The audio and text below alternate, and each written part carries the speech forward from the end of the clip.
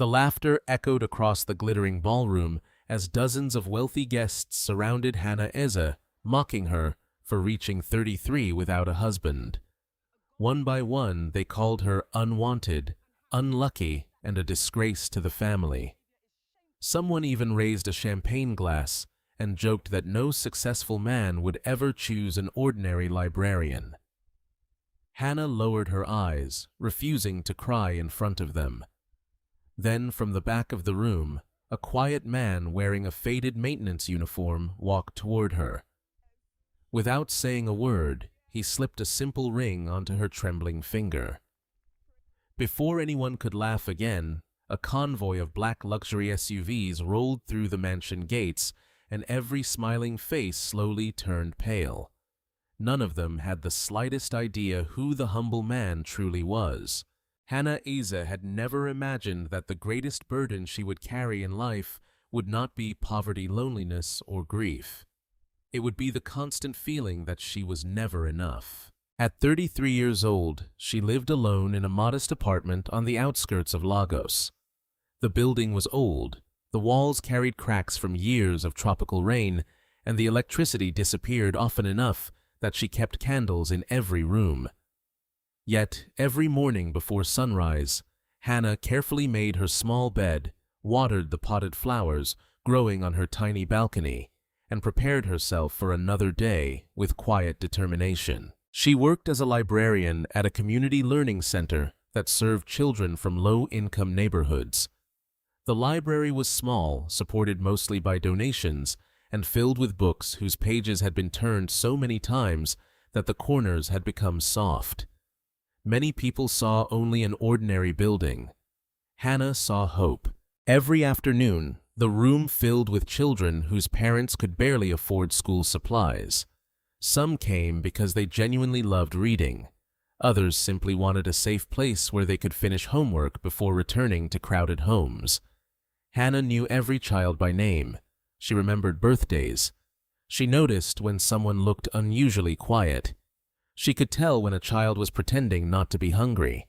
Whenever extra donations arrived, she quietly placed biscuits or fruit beside the children's books without mentioning where the food had come from.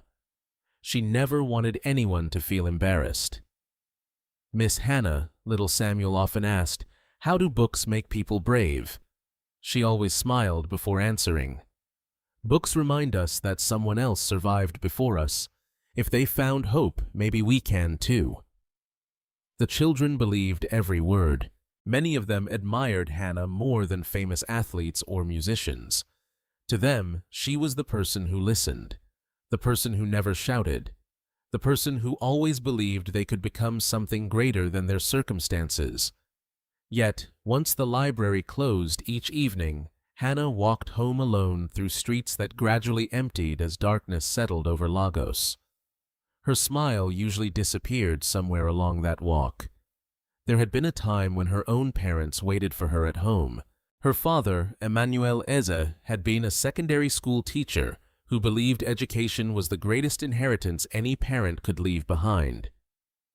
Her mother, Grace Eze, had worked as a nurse at a public hospital. Neither of them had earned much money, but their home had been rich in laughter. Every evening they shared dinner together, talked about books, and dreamed about Hannah becoming a teacher someday. Those dreams ended within a single year. Her father suffered a sudden stroke. Only 8 months later, her mother died after a long illness that quietly drained every family savings account they had. At 23 years old, Hannah buried both parents with no siblings standing beside her. She learned very quickly that grief did not stop the world from moving. Bills still arrived. Rent still had to be paid. Life continued. She accepted the librarian position because it allowed her to remain close to what her parents had loved most: education. She never became wealthy. She never complained. What hurt far more than financial hardship was what happened whenever family gatherings took place. Most of her extended relatives lived comfortably. Her late mother's older sister, Ngozi Okafor, owned several successful clothing stores across Lagos. Her husband had built a profitable import business. Their daughter, Chioma Okafor, had become one of the city's most recognizable luxury lifestyle influencers. Everything about the Okafor family reflected success: luxury cars, designer clothes, private clubs, exclusive parties. Their social media accounts overflowed with vacations, expensive restaurants, and smiling family portraits. Whenever Hannah appeared beside them, the difference became painfully obvious. She arrived by bus. She wore simple dresses. She rarely used makeup. She carried the same brown handbag for nearly 4 years, because replacing it never seemed important. At first, her relatives merely asked polite questions. "So, have you met anyone? Are you dating? When are we attending your wedding?" Over time, those questions slowly transformed into criticism. "Hannah, you're too independent. No man wants a woman who spends all her time with children. You should have chosen a better career. You've wasted your best years. Your younger cousins already have families." Sometimes the comments were disguised as concern. Sometimes they weren't disguised at all. The worst part was that everyone laughed afterward, expecting Hannah to laugh too. She usually did, not because the jokes were funny, because refusing to smile only made the conversation last longer. One Sunday afternoon, after a family lunch, Aunt Ngozi sat beside her with a sympathetic expression that somehow felt colder than open hostility. "Hannah," she began softly, "I'm worried about you." "I'm doing well, Auntie." "No, dear. You only think you are." Hannah remained silent. Ngozi continued, "A woman cannot spend her whole life hiding inside a library. One day you'll grow old and realize no one is waiting for you." The words settled heavily between them. "I love my work," Hannah answered quietly. "You love your work because no man has ever loved you." Several relatives sitting nearby burst into uncomfortable laughter. Someone quickly changed the subject, but Hannah never forgot that sentence. She carried it home. She heard it again while brushing her teeth that night. She heard it again while arranging books at work the following morning. Sometimes she wondered whether perhaps everyone else was right. Perhaps something truly was wrong with her. She had received marriage proposals before. A few had seemed promising, but most men lost interest once they realized she earned an ordinary salary and possessed neither family wealth nor influential connections. Others wanted someone willing to abandon her career immediately after marriage. One businessman had bluntly told her that educated women argued too much. Another insisted she should stop working because a respectable wife stays home. Hannah politely declined each proposal, not because she expected perfection, because she believed respect should never be negotiated. Even so, every rejection strengthened the rumors spreading through her extended family.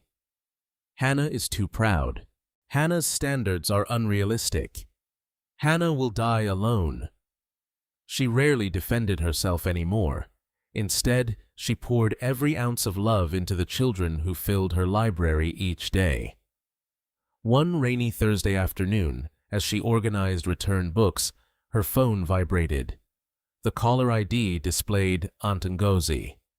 Hannah hesitated before answering. "Hello, Auntie." "Hannah, wonderful news." Her cheerful tone immediately made Hannah nervous. "What happened?" "Chioma is finally engaged." "Oh, that's wonderful." "We're hosting the engagement celebration next Saturday." "I'm happy for her." "Of course you'll attend." Hannah looked toward the shelves in front of her. "Auntie, large parties aren't really nonsense. I don't want to intrude. You are family." There was a brief pause. Then Ngozi added something that sounded pleasant on the surface. "Everyone has been asking whether you'll finally bring someone special with you." The words struck like a familiar knife. "I'll come alone." Another pause. "Oh." The disappointment in Ngozi's voice felt strangely deliberate. "Well, that's unfortunate." Hannah forced a smile, even though nobody could see it. I'll still be there. Wonderful. Wear something nice. The call ended. Hannah slowly lowered the phone. Across the reading room, little Samuel looked up from his book. Miss Hannah. Yes. Why do you look sad? She blinked quickly before smiling again. I'm not sad.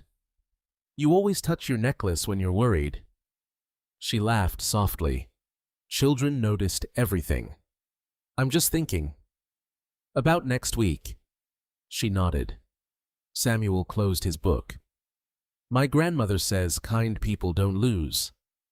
Hannah smiled more genuinely this time. I hope she's right. She returned to arranging books, unaware that the invitation resting quietly inside her handbag was not an invitation to celebrate family. It was the beginning of the greatest humiliation and the greatest miracle of her entire life. Saturday arrived beneath a cloudless Lagos sky, the kind of brilliant afternoon that made every glass tower sparkle and every luxury car gleam like polished metal.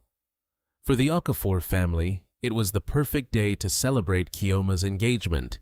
For Hannah Eze, it felt more like walking toward a courtroom where the verdict had already been decided. She stood quietly in front of the narrow mirror inside her apartment, smoothing the wrinkles from the only elegant dress she owned. It was a simple emerald green dress that reached just below her knees. She had bought it 3 years earlier after saving for several months, wearing it only on special occasions. The fabric had faded slightly, but she had washed and ironed it with such care that it still looked graceful. She brushed her natural curls neatly behind her ears and fastened the silver necklace that had belonged to her late mother. It was the only expensive thing she possessed, not because it had monetary value, because it carried memories. Before leaving, she stood for a few quiet moments beside the framed photographs of Emmanuel and Grace Eze, resting on a small wooden shelf. I'll be fine, she whispered softly. I know you would tell me to keep smiling. She picked up her worn brown handbag and walked toward the bus stop. As the city passed outside the window, Hannah watched people rushing through their ordinary Saturday routines. Street vendors called out to customers. Children chased footballs through narrow alleys. Motorcycles weaved between traffic. Life seemed wonderfully normal. She almost wished she could stay inside that ordinary world instead of entering the luxurious one waiting for her. 45 minutes later, the bus stopped near Victoria Island. The neighborhood looked completely different from where Hannah lived. Luxury boutiques lined the streets. Tall palm trees shaded spotless sidewalks. Sports cars waited outside elegant restaurants. Everything appeared carefully designed to announce wealth. The Okafor estate occupied nearly an entire corner of the neighborhood. Tall black iron gates stood open as uniformed security guards welcomed arriving guests. Luxury SUVs, imported sedans, and chauffeur-driven limousines filled the enormous driveway. Hannah quietly stepped off the bus and walked the remaining distance alone. As she approached the entrance, she became painfully aware that she was the only guest arriving on foot. One of the guards smiled politely. Good afternoon, madam. I'm here for Chioma Okafor's engagement. May I have your invitation? Hannah handed him the elegant gold envelope Aunt Ngozi had delivered earlier that week. The guard checked the guest list before smiling warmly. Welcome. She thanked him and entered the estate. Music floated through the air. White flowers decorated every pathway. Crystal chandeliers had been suspended beneath enormous transparent tents covering the garden. Professional photographers moved between guests. Waiters carried silver trays filled with sparkling drinks and expensive appetizers. Everything looked more like a celebrity wedding than an engagement party. Hannah suddenly felt as though she had entered someone else's life. She hadn't taken more than a dozen steps before she heard a familiar voice. Hannah. Chioma hurried towards her, wearing a breathtaking cream-colored designer dress. Diamond earrings sparkled beneath perfectly styled hair. Professional makeup highlighted every feature of her beautiful face. She hugged Hannah briefly. You made it. I wouldn't miss your special day. Kioma stepped back and looked Hannah up and down. That's a lovely dress. The hesitation lasted barely a second, but Hannah noticed. So good to see you, Hannah replied gently. Before either woman could continue, another voice interrupted. Aren't we missing someone? Aunt Ngozi approached, carrying a glass of champagne. Her smile appeared warm enough for the surrounding guests to admire. Hannah, darling. She kissed Hannah lightly on the cheek. We were wondering whether you'd surprise us today. Hannah understood immediately. I'm here alone. Ngozi sighed dramatically. Oh. Several nearby relatives exchanged knowing smiles. One elderly uncle laughed softly. Still waiting for Prince Charming. Another added, perhaps he lost the address. Laughter spread through the small group. Hannah forced another polite smile. I'm happy to celebrate Kioma today. Of course, Ngozi replied, though I do worry about you. We've talked about this before. I know. You spend too much time hiding behind books. A younger cousin joined the conversation. My office hired 3 women younger than Hannah. They're all married already. Someone else nodded. Maybe librarians scare men away. More laughter. Hannah lowered her eyes for only a moment. She had promised herself she would remain calm. She would not allow anyone to ruin Kioma's celebration. A waiter approached carrying drinks. Champagne, madam. Hannah smiled. Just water, thank you. One cousin whispered loudly enough for everyone to hear. She probably thinks champagne costs extra. The group laughed again. Kioma looked uncomfortable but remained silent. That hurt Hannah more than the jokes themselves. The afternoon continued. Guests moved between elegant tables. Business executives discussed investments. Politicians greeted influential entrepreneurs. Fashion designers posed for photographs. Hannah wandered quietly through the celebration, smiling whenever someone greeted her. Most conversations ended the same way. So, no husband, no fiancé, no children. The questions felt almost mechanical, as though marriage had become the only achievement worth measuring. An hour later, Hannah excused herself and slipped away from the crowd. She found a quieter corner near the service entrance where catering staff carried supplies between the kitchen and the main garden. For the first time all afternoon, she could breathe normally. She looked toward the ocean visible beyond the estate walls. The distant waves seemed far more peaceful than the voices behind her. You look like someone who could use a chair. The unexpected voice startled her. She turned. A man wearing a faded Navy maintenance uniform stood beside a toolbox. He appeared to be in his late 30s. Tall, lean, calm. His dark skin glowed beneath the afternoon sunlight. His short hair was neatly trimmed. Despite the simple uniform, everything about him suggested unusual discipline. He held a folding chair in one hand. Hannah smiled politely. Do I really look that tired? He smiled back. Only a little. His voice carried quiet warmth, not pity, not curiosity, simply kindness. She accepted the chair.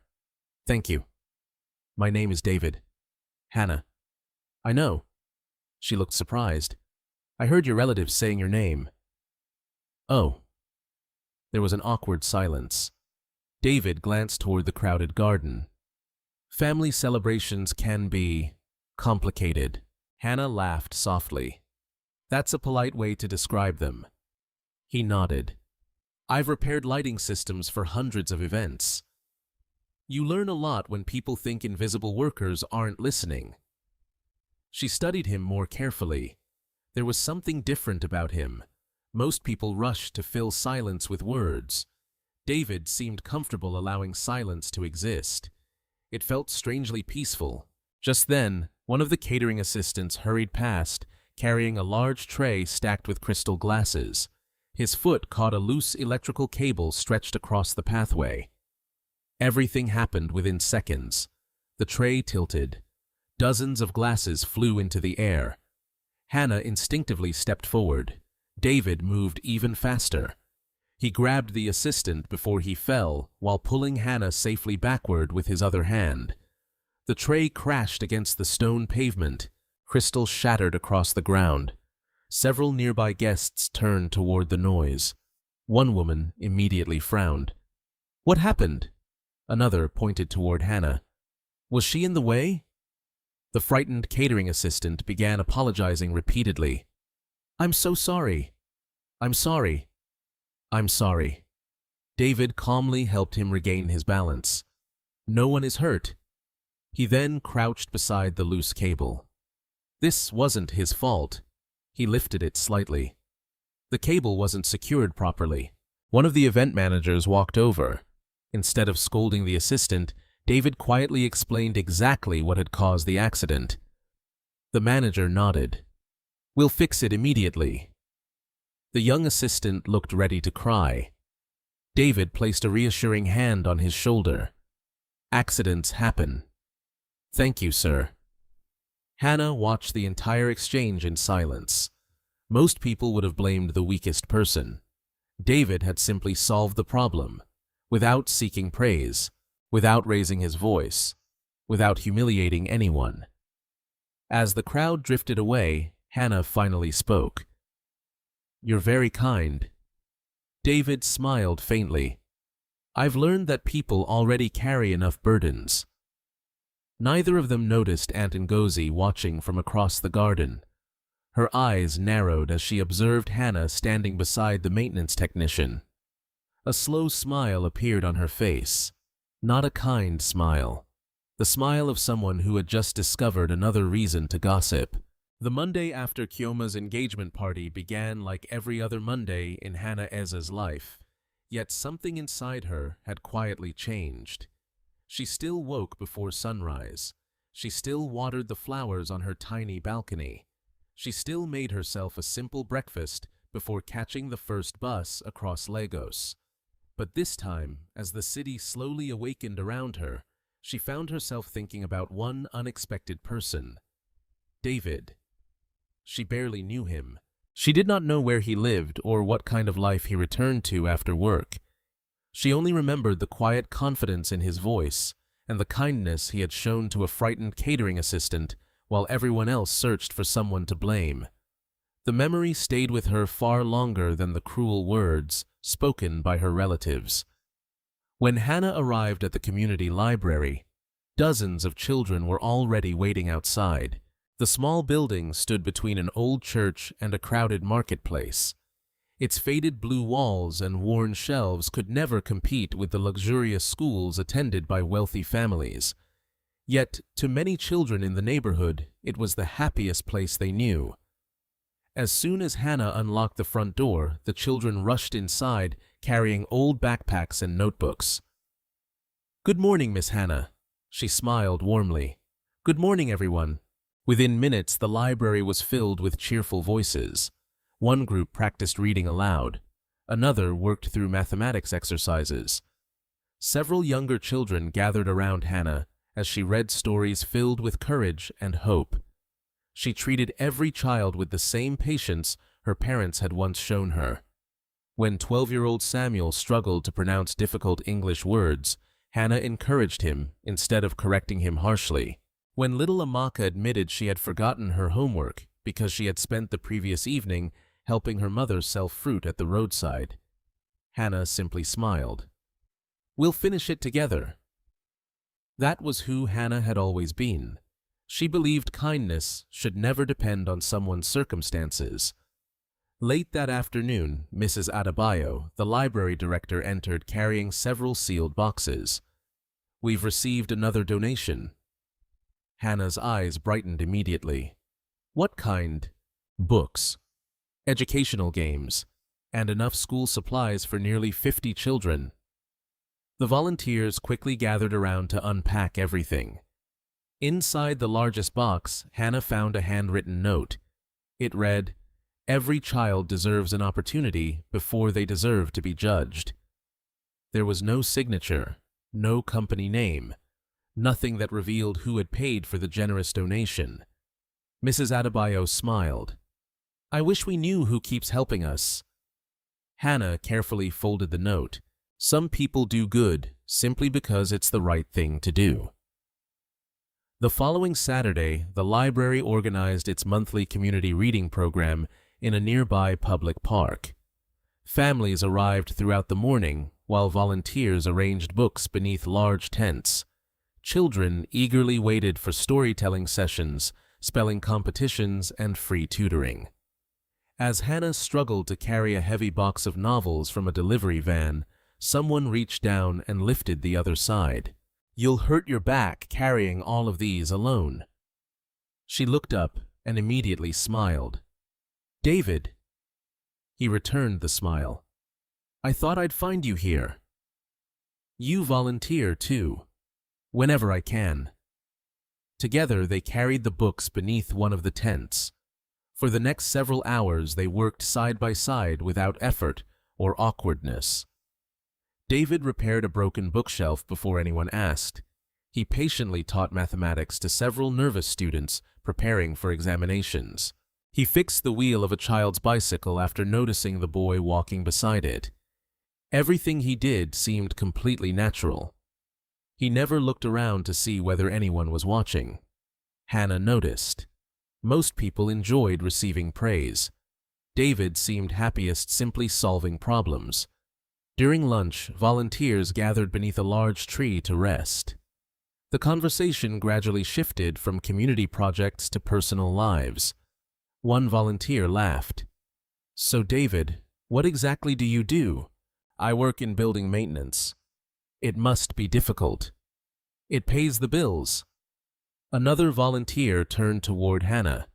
"And you?" "I'm a librarian." The young man laughed. "So, both of you chose careers that make people rich in knowledge instead of money." Everyone smiled. David quietly added, "I've met people with millions who are poor in character." The conversation fell silent for a moment. Then Hannah smiled. "I couldn't agree more." Later that afternoon, a shy little girl named Amaka approached them, holding a worn science textbook. "Miss Hannah." "Yes. My father says girls don't become engineers." Before Hannah could answer, David crouched beside the child. "What do you want to become?" "An engineer." "Then study harder than everyone who says you can't." The little girl looked uncertain. "But what if they're right?" David smiled gently. "They're only right if you stop believing in yourself." Amaka smiled for the first time that day before running back to join the other children. Hannah watched him quietly. "You encourage people very naturally." "My mother always said hope costs nothing." And she was right. As the event came to an end, volunteers packed away tables and books. The sun was beginning to set over Lagos, painting the sky with shades of orange and gold. Hannah and David walked toward the nearby bus stop together. There was no uncomfortable silence between them. Instead, they talked about favorite books, childhood memories, and the importance of education.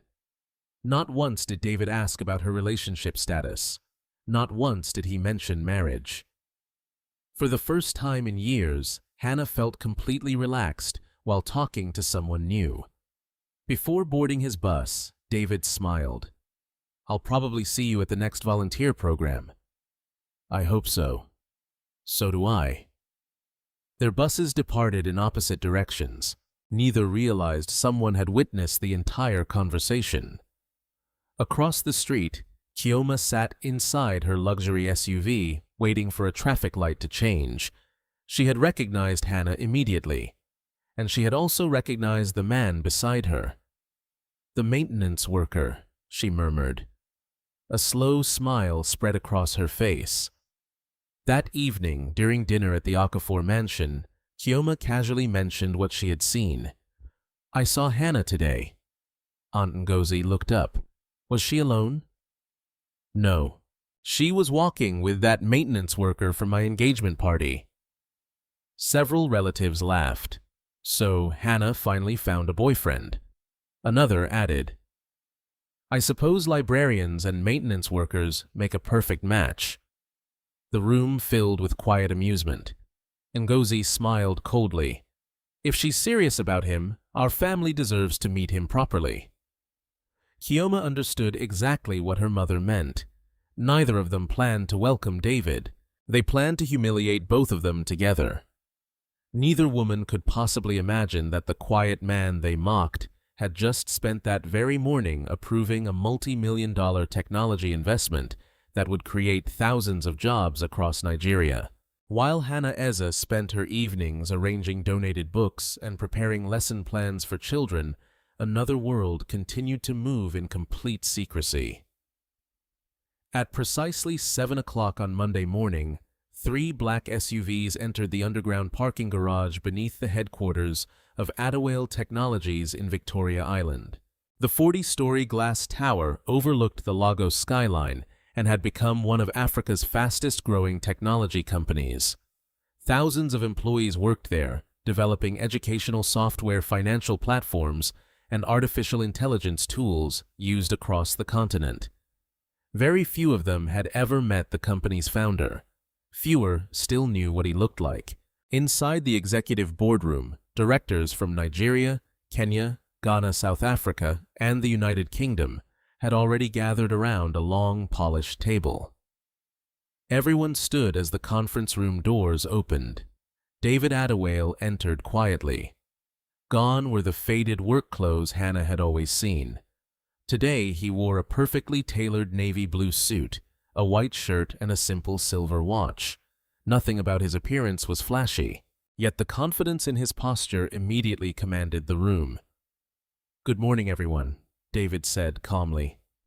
"Good morning, sir," the executives answered almost in unison.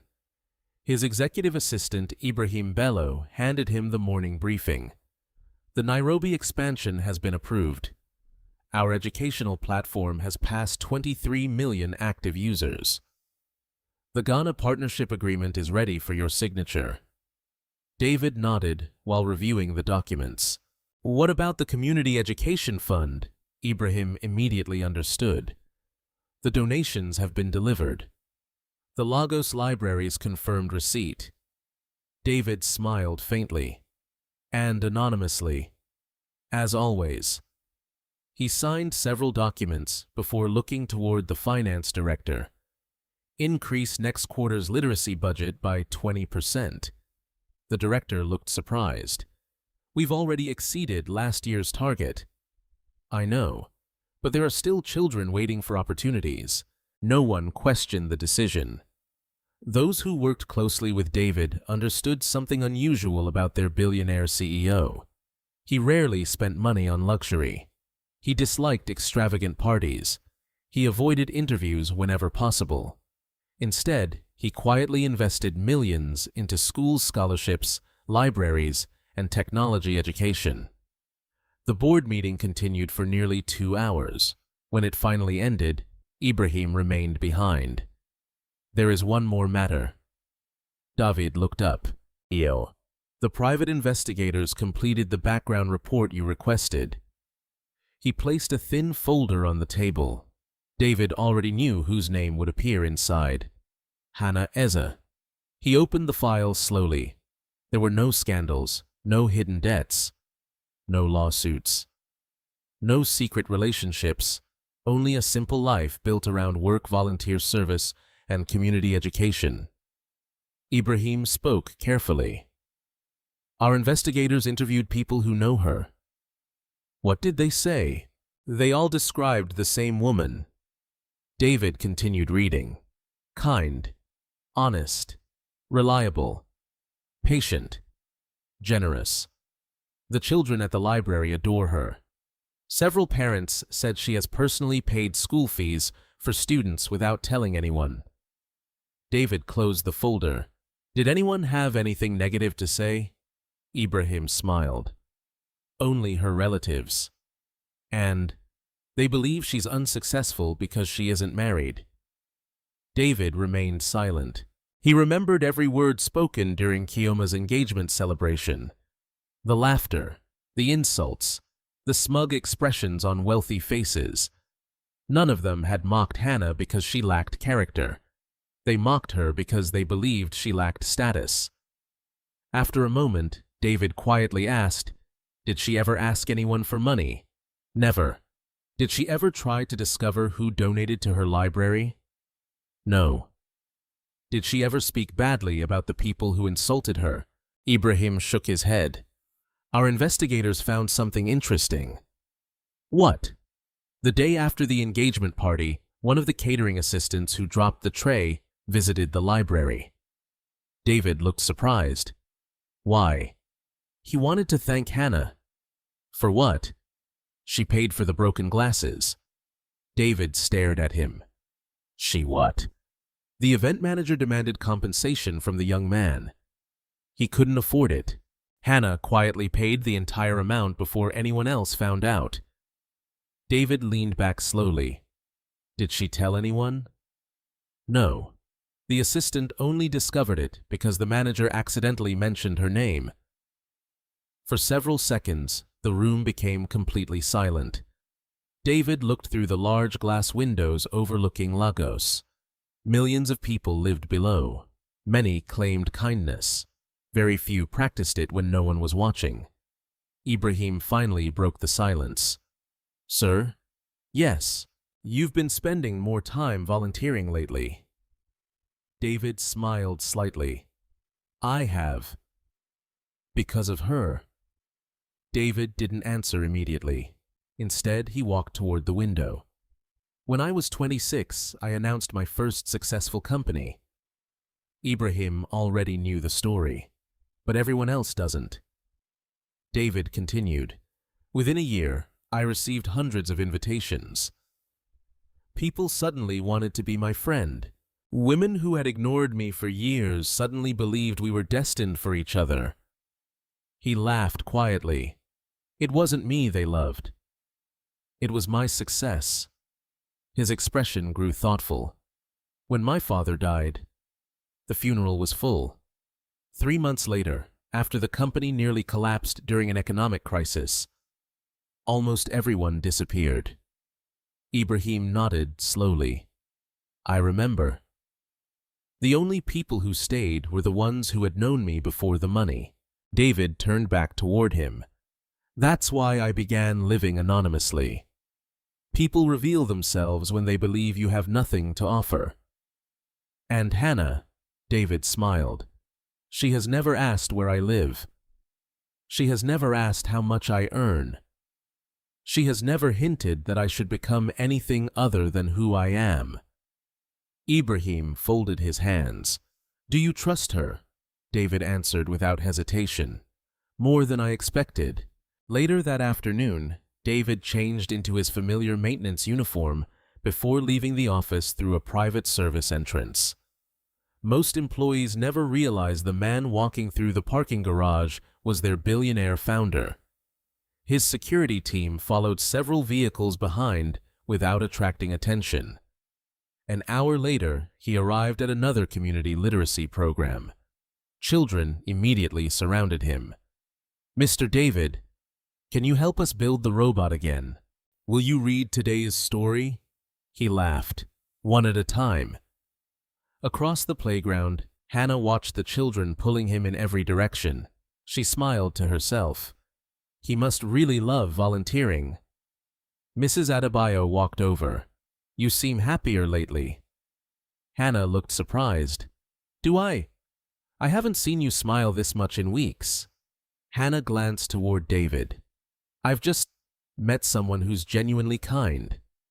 Mrs. Adebayo followed her gaze. "The tall gentleman." "Yes, he seems like a good man." "I think so too." Neither woman knew the truth. As the afternoon came to an end, Hannah and David packed away books together. "I heard the library received another donation," David said casually. "We did. It was incredible." "I wish I knew who keeps helping us." David smiled. "Maybe some people simply enjoy giving. I hope one day I can thank them." He looked at her for a brief moment. They probably don't need thanks. They'd be happy just knowing the children are smiling. Hannah nodded. I think you're right.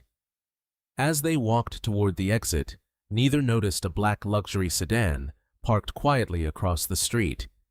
Inside sat Aunt Ngozi. She had hired someone to follow Hannah after hearing rumors about her new companion.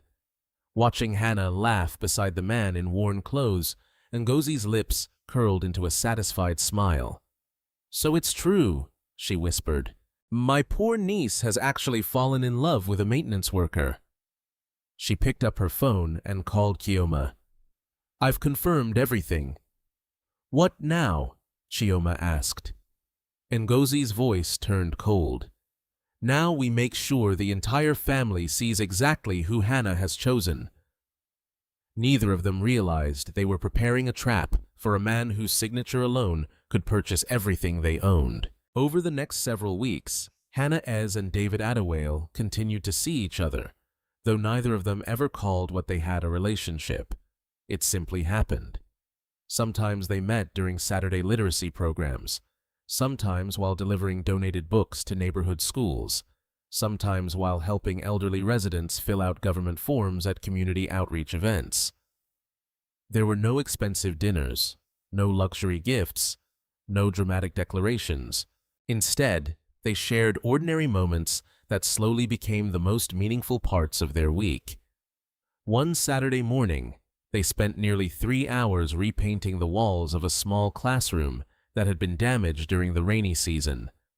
The children insisted on helping. By lunchtime, everyone had blue and yellow paint on their hands, including David. Hannah laughed when she noticed a streak of white paint across his forehead. You've missed a spot. David frowned. Where?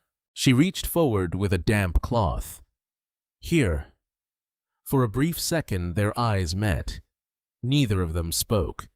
The moment was interrupted when several children burst into laughter. Miss Hannah is blushing. The entire classroom erupted with giggles. Hannah immediately stepped back, smiling with embarrassment. David laughed quietly for the first time that day. You've become very popular. So have you. By the end of the afternoon, the classroom looked brighter than it had in years. Before leaving, little Samuel ran toward David carrying a drawing. I made this. David unfolded the paper. It showed a smiling teacher standing beside a tall man while children read books around them. At the top, the child had written in uneven handwriting, Our Heroes. David smiled warmly. Thank you. Samuel looked at both adults. One day, are you going to get married? Hannah nearly dropped the stack of books she was holding. David looked equally surprised. The volunteers nearby burst into laughter. Samuel blinked innocently. What? I was just asking. Hannah crouched beside him. Sometimes life doesn't answer questions that quickly. Samuel nodded thoughtfully. My grandmother says good people always find each other. Neither Hannah nor David answered, but the words stayed with both of them. A few days later, Hannah received another invitation from Aunt Ngozi. This time it was for a family luncheon celebrating a business award. She considered declining. Experience had taught her exactly how those gatherings usually ended. Still refusing every invitation only created more criticism. So she accepted. The luncheon took place at an exclusive restaurant overlooking the Lagos Marina. Crystal chandeliers hung from the ceiling. Waiters moved silently between tables. Nearly every member of the extended family attended. As Hannah entered, several conversations immediately paused. Aunt Ngozi smiled brightly. Hannah, there you are. She embraced her niece before guiding her toward the table. We've been waiting. Hannah greeted everyone politely before taking an empty seat. For nearly 20 minutes, the conversation remained pleasant. Business, travel, politics. Then Chioma leaned forward. So Hannah, how is your new friend? Hannah looked up. My friend, the maintenance worker. Several relatives smiled knowingly. We've heard you've been spending quite a bit of time together, Hannah answered honestly. We volunteer together. Only volunteer. The tone immediately changed. Another cousin laughed. There's nothing wrong with dating a maintenance worker. As long as you're happy. Several people chuckled. One uncle shook his head dramatically. Hannah always had unusual ambitions. Aunt Ngozi sipped her drink. I only worry that she's settling. I'm not settling, Ngozi smiled gently. Dear, every woman deserves security. I agree. So, how can a maintenance worker provide the future you deserve? The table became quiet. Everyone waited. Hannah calmly placed her fork down. My future isn't measured by someone's salary. A few relatives exchanged amused glances. Kioma smiled. That's a beautiful answer, but unrealistic. The world doesn't work that way. Hannah met her cousin's eyes.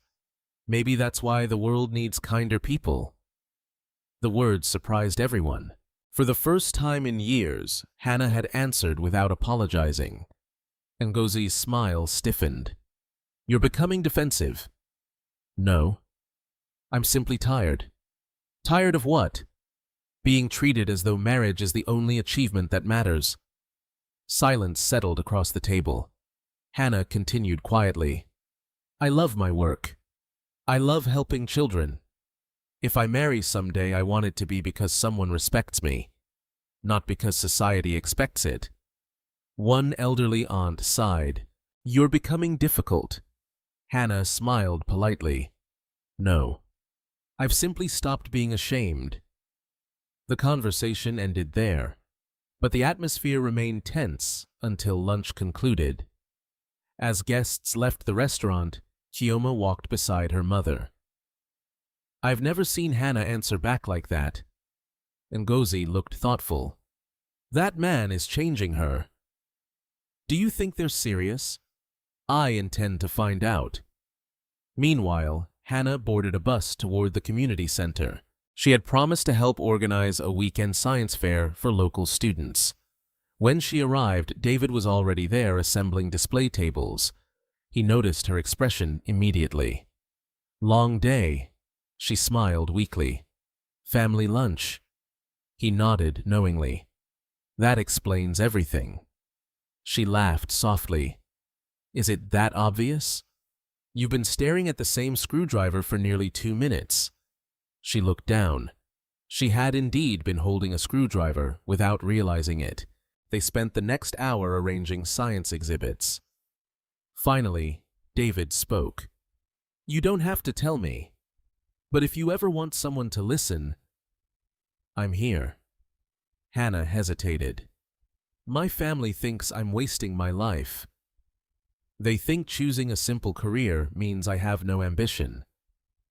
They believe anyone who spends time with you must be settling for less. David remained silent. She looked embarrassed.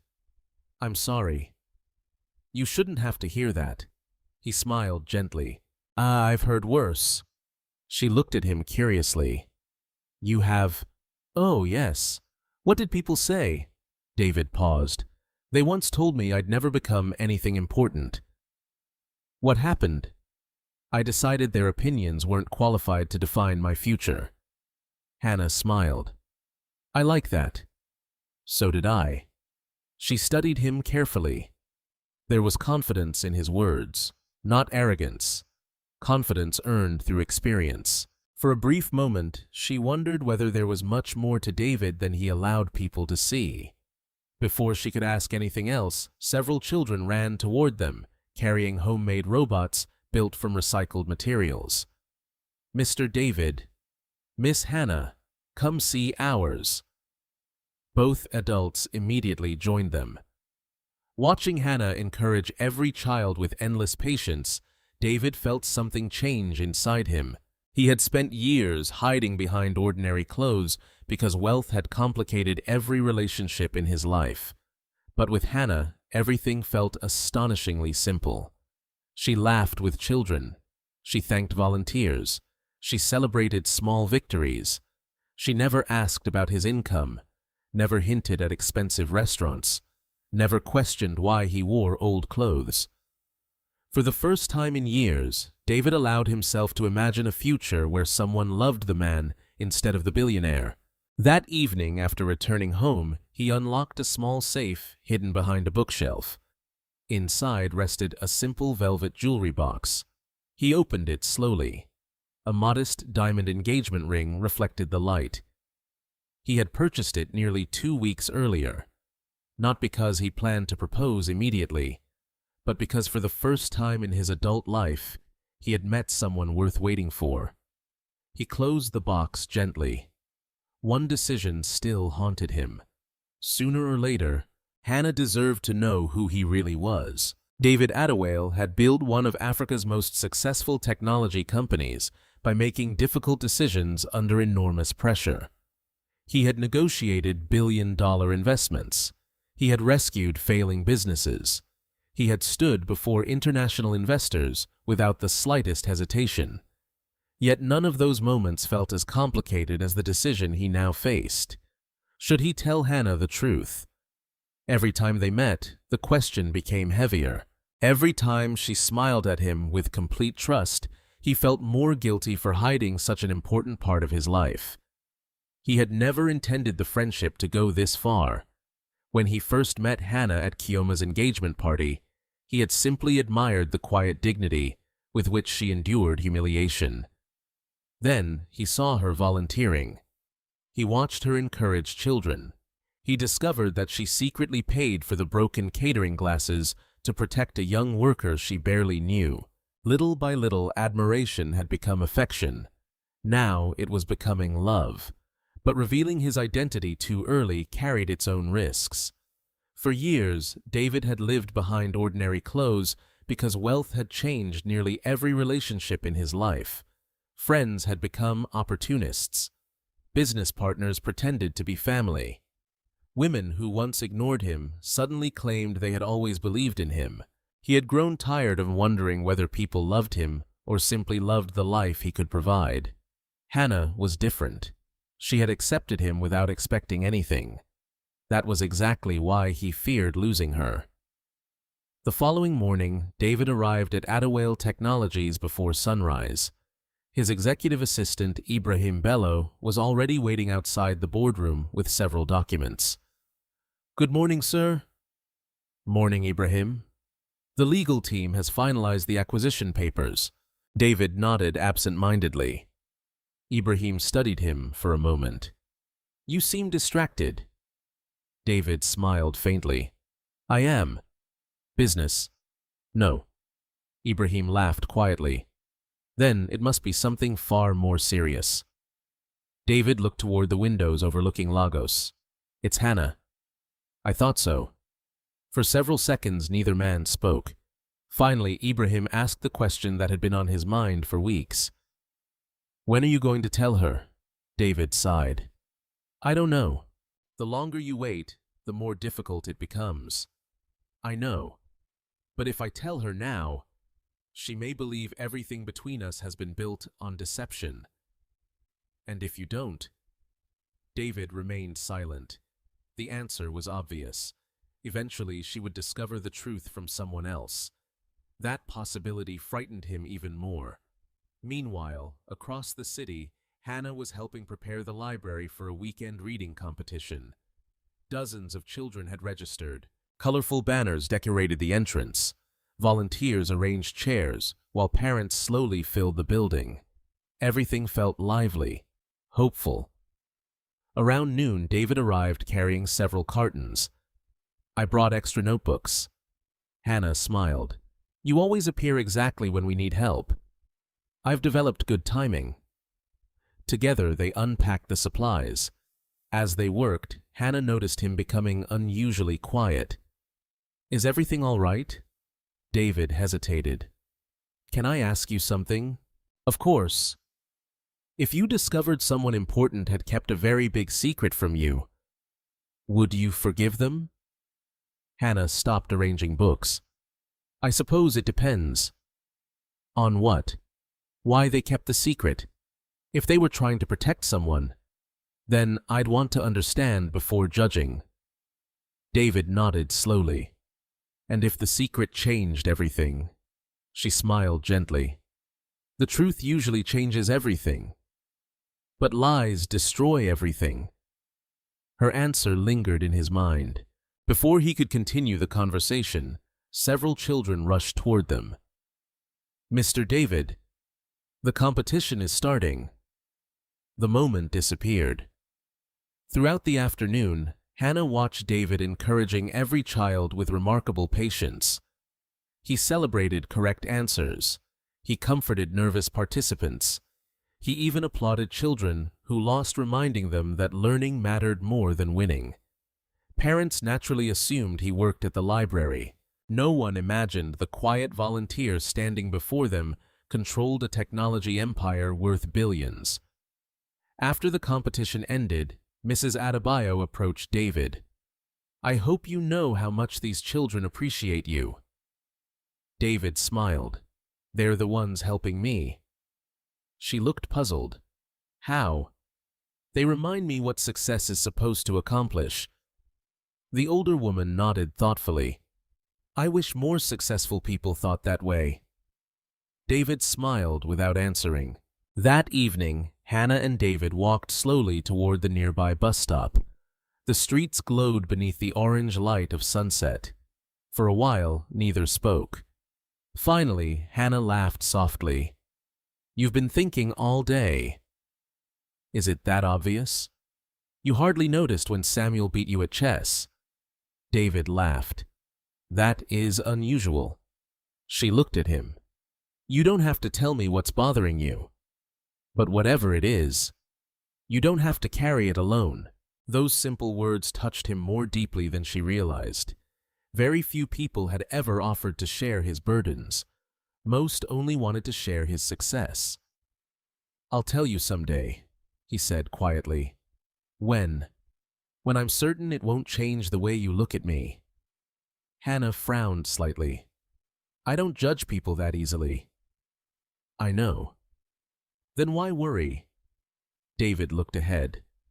Because sometimes the truth frightens people. She smiled. I've lived through enough disappointment. I don't scare easily. He smiled back, though uncertainty still remained in his heart. At that very moment, inside the Okafor mansion, another conversation was unfolding. Kioma placed several photographs on the dining table. Private investigators had taken them during the past 2 weeks. Every picture showed Hannah and David together, volunteering, walking, talking, laughing. Aunt Ngozi slowly examined each photograph. So it wasn't gossip. They really are close. Kioma nodded. I've confirmed it. He works maintenance jobs. He volunteers on weekends. He lives very simply. Ngozi smiled coldly. Perfect. What are you planning? The family reunion next month. Chioma immediately understood.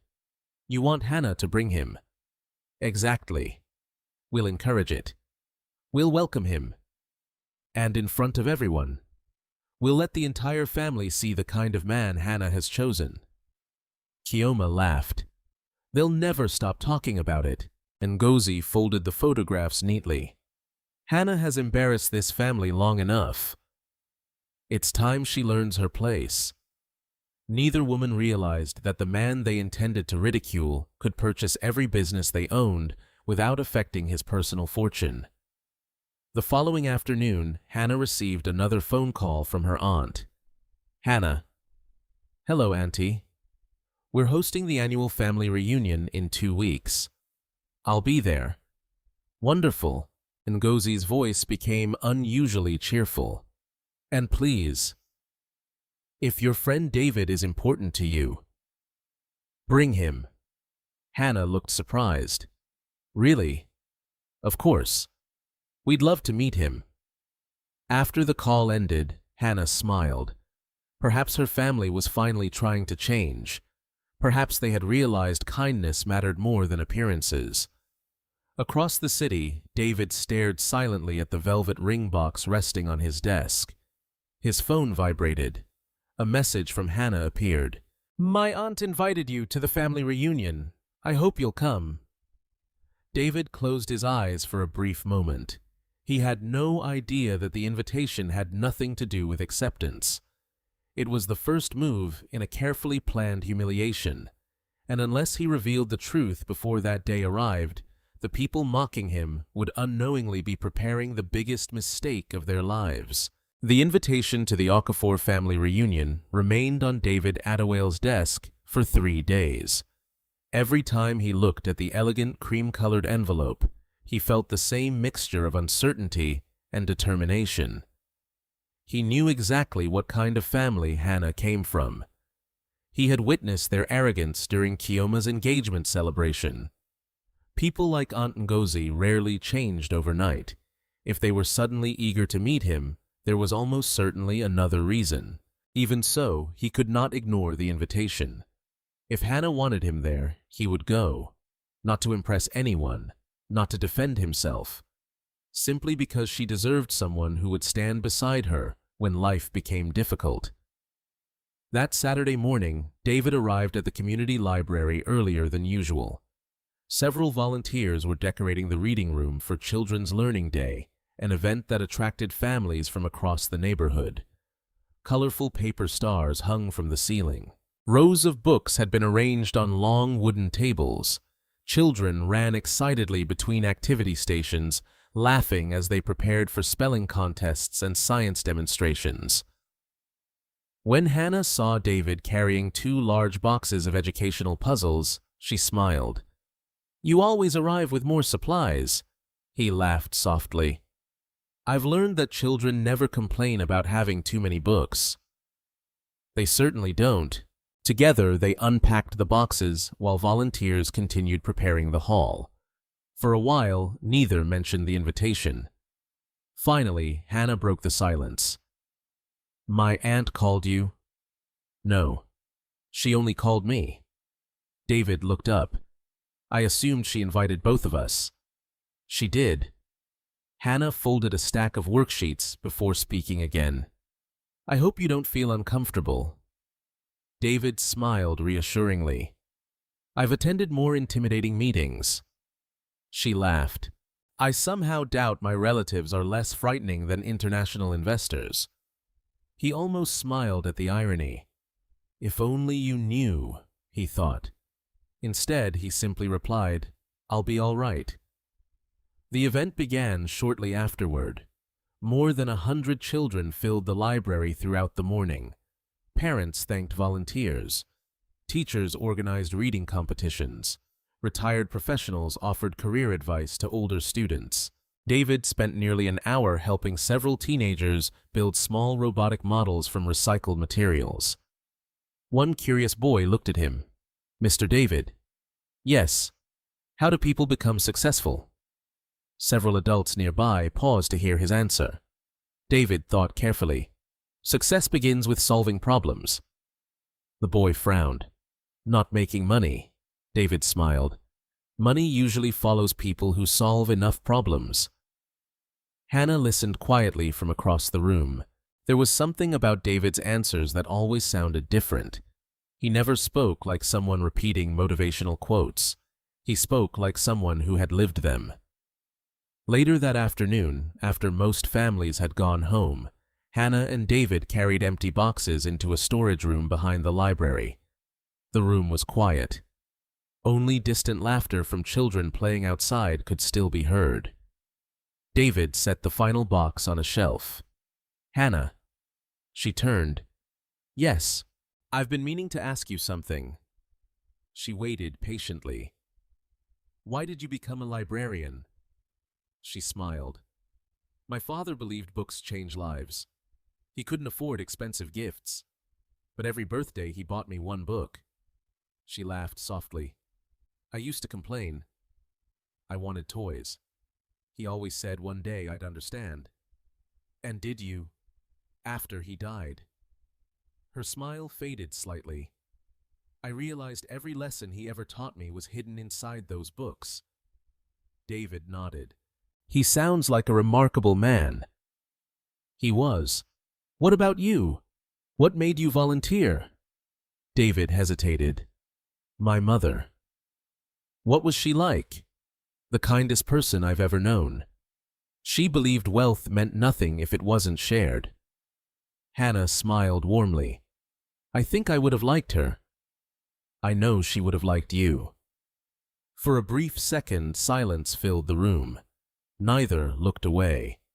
Before either could say anything else, Mrs. Adebayo called from outside. Hannah, we need your help. I'm coming. The moment passed. Neither realized it had brought them closer than ever before. Meanwhile, inside the Okafor mansion, preparations for the family reunion were already underway. Large tents had been ordered. Professional caterers confirmed the menu. Musicians had been hired. Everything was designed to display the family's wealth and social status. Kioma entered her mother's sitting room carrying a guest list. Hannah confirmed she'll attend. And David, she believes he's coming. Ngozi smiled with satisfaction. Excellent. Chioma looked uncertain. Mother, what exactly are we planning? Ngozi calmly poured herself a cup of tea. We're not planning anything cruel. Chioma raised an eyebrow. No. We're simply allowing people to see reality. The reality that Hannah has chosen a maintenance worker. Exactly. She took another sip. Our relatives already wonder why she's still unmarried. When they meet this man, they'll understand. Chioma laughed quietly. They'll never let her forget it. Ngozi leaned back comfortably. Perhaps then she'll finally stop pretending character is more important than success. Neither woman noticed Ibrahim Bello's name appearing on the guest list.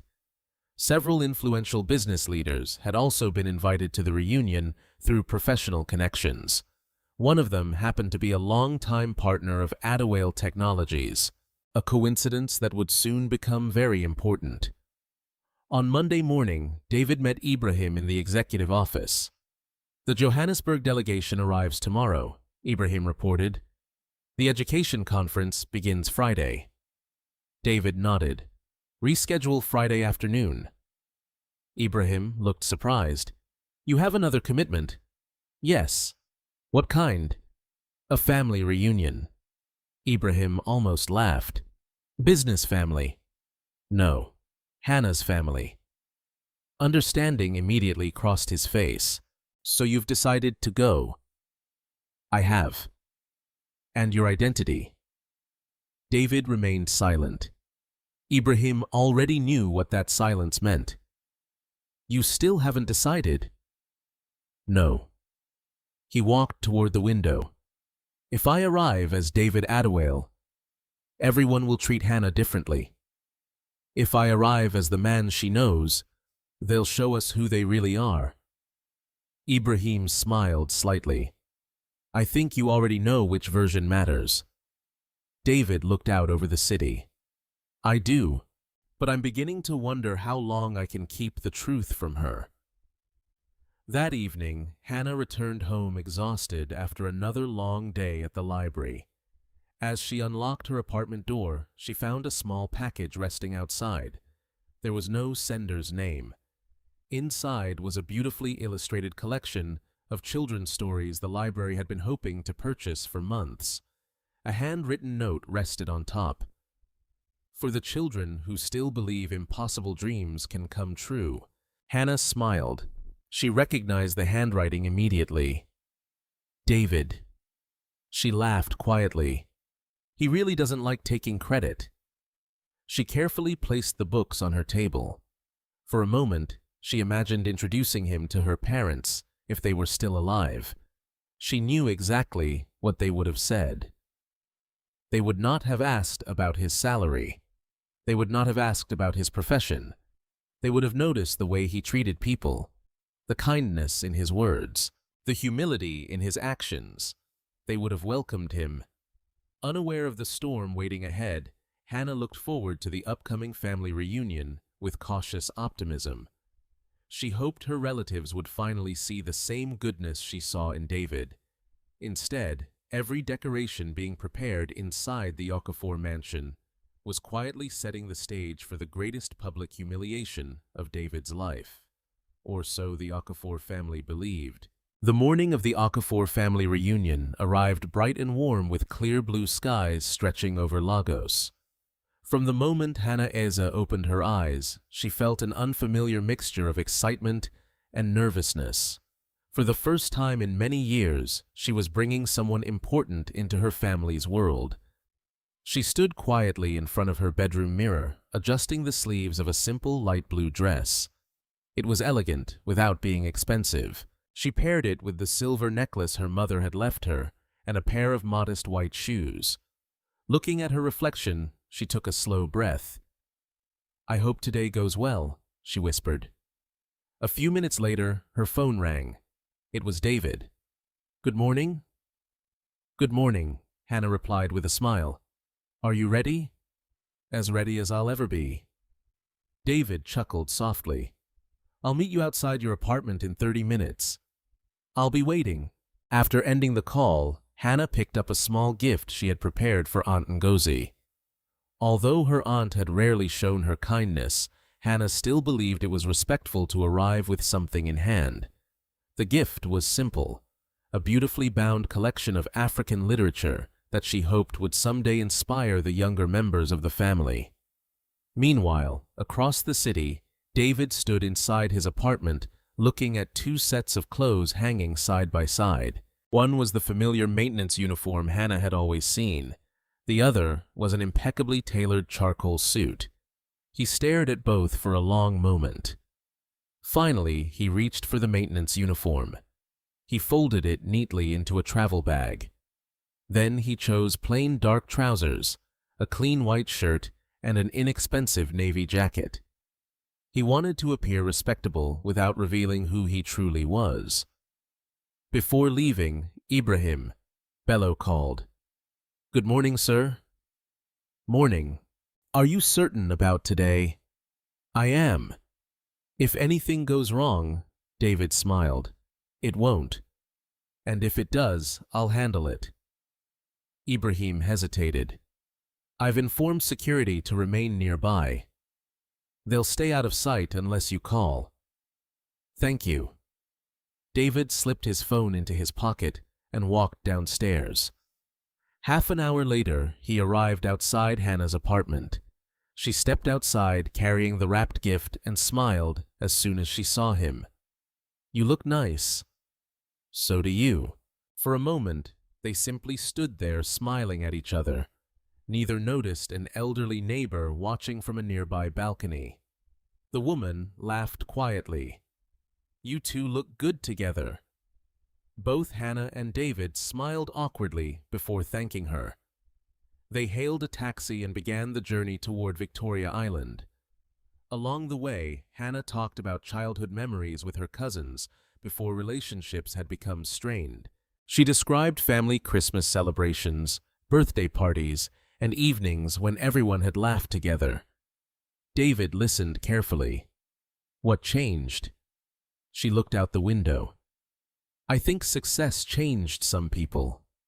When money became the center of every conversation, everything else slowly disappeared." David nodded thoughtfully. "I've seen that happen." She turned toward him. "Promise me something." "What?" "No matter what happens today, please, don't take anything personally." He smiled gently. "I'll try." Inside the Okafor mansion, guests had already begun arriving. Luxury vehicles lined the driveway. Business executives greeted politicians. Social media influencers posed for photographs beside elaborate floral displays. A live band performed traditional music while waiters served drinks to arriving guests. Everything reflected elegance and wealth. Near the entrance, Aunt Ngozi welcomed visitors with practiced warmth. She wore a dazzling gold designer gown that immediately attracted attention. Chioma stood beside her in an expensive cream-colored dress, greeting relatives with confident smiles. Every few minutes someone asked the same question. Has Hannah arrived? Ngozi simply smiled. She'll be here. We're all looking forward to meeting her special guest. The word spread quickly through the gathering. Curiosity grew. Some relatives had already heard rumors. Others knew nothing beyond whispers that Hannah was seeing an ordinary maintenance worker. Everyone wanted to see him. Shortly before noon, a taxi stopped outside the estate gates. Hannah and David stepped out together. Several guests standing near the entrance immediately turned to look.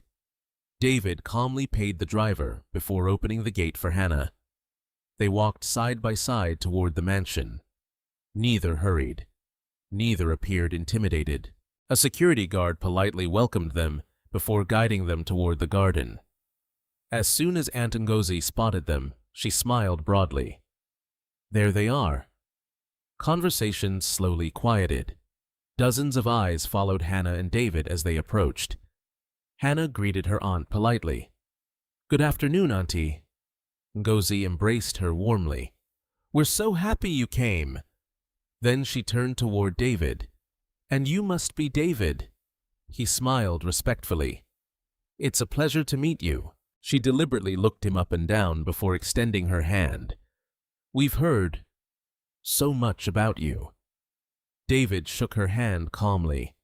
I hope only good things. A few nearby relatives laughed. Ngozi smiled sweetly. We'll see.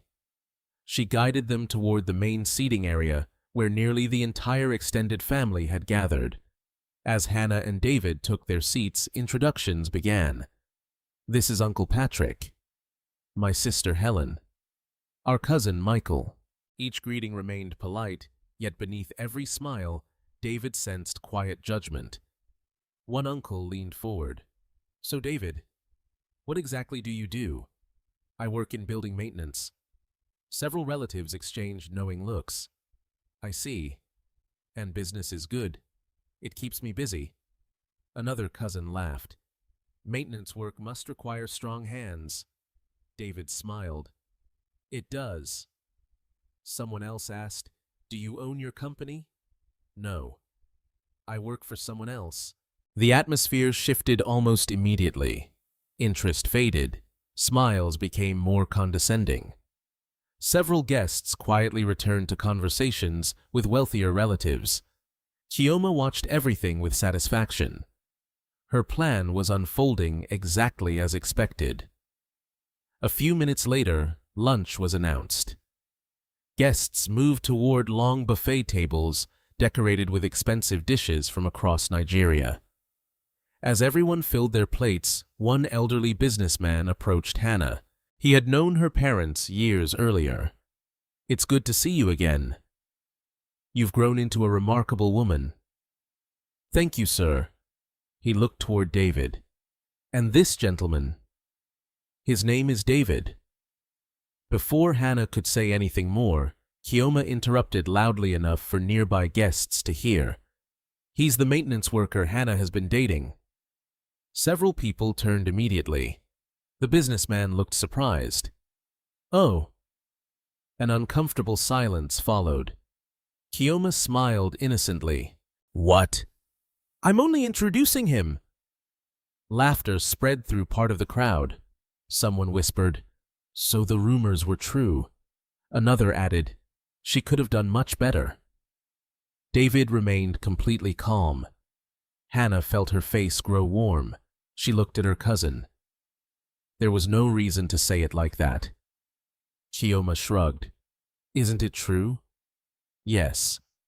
Then why are you embarrassed? I'm not embarrassed. Good. Because you should always be proud of your choices. The words sounded polite. The tone behind them was anything but kind. Around them, more relatives quietly watched the exchange. Some smiled awkwardly. Others openly enjoyed the unfolding scene. David noticed Hannah struggling to remain composed. Without saying a word, he gently reached for a glass of water and handed it to her. She looked at him gratefully. His calm presence steadied her. Unfortunately, Aunt Ngozi had something far more humiliating prepared. She slowly stood from her chair and lifted a spoon against her glass. The soft ringing sound echoed across the garden. Every conversation stopped. Guests turned toward her. She smiled brightly. "My dear family, I'd like everyone's attention for just a few minutes." Hannah immediately felt a knot form in her stomach. She knew that smile. And for the first time that afternoon, David realized this gathering had never been about welcoming him. It had been carefully designed to put both of them on display. The garden fell completely silent as Aunt Ngozi stood at the center of the gathering with a crystal glass in one hand and a bright smile on her face. Every guest turned toward her. The musicians stopped playing. Even the waiters paused where they stood. For anyone seeing the scene from a distance, it looked like the beginning of a heartfelt family speech. Only Hannah felt the growing uneasiness in her chest. She had seen that smile many times before. It always appeared just before another public embarrassment. "My wonderful family," Aunt Ngozi began warmly. "Thank you all for joining us today."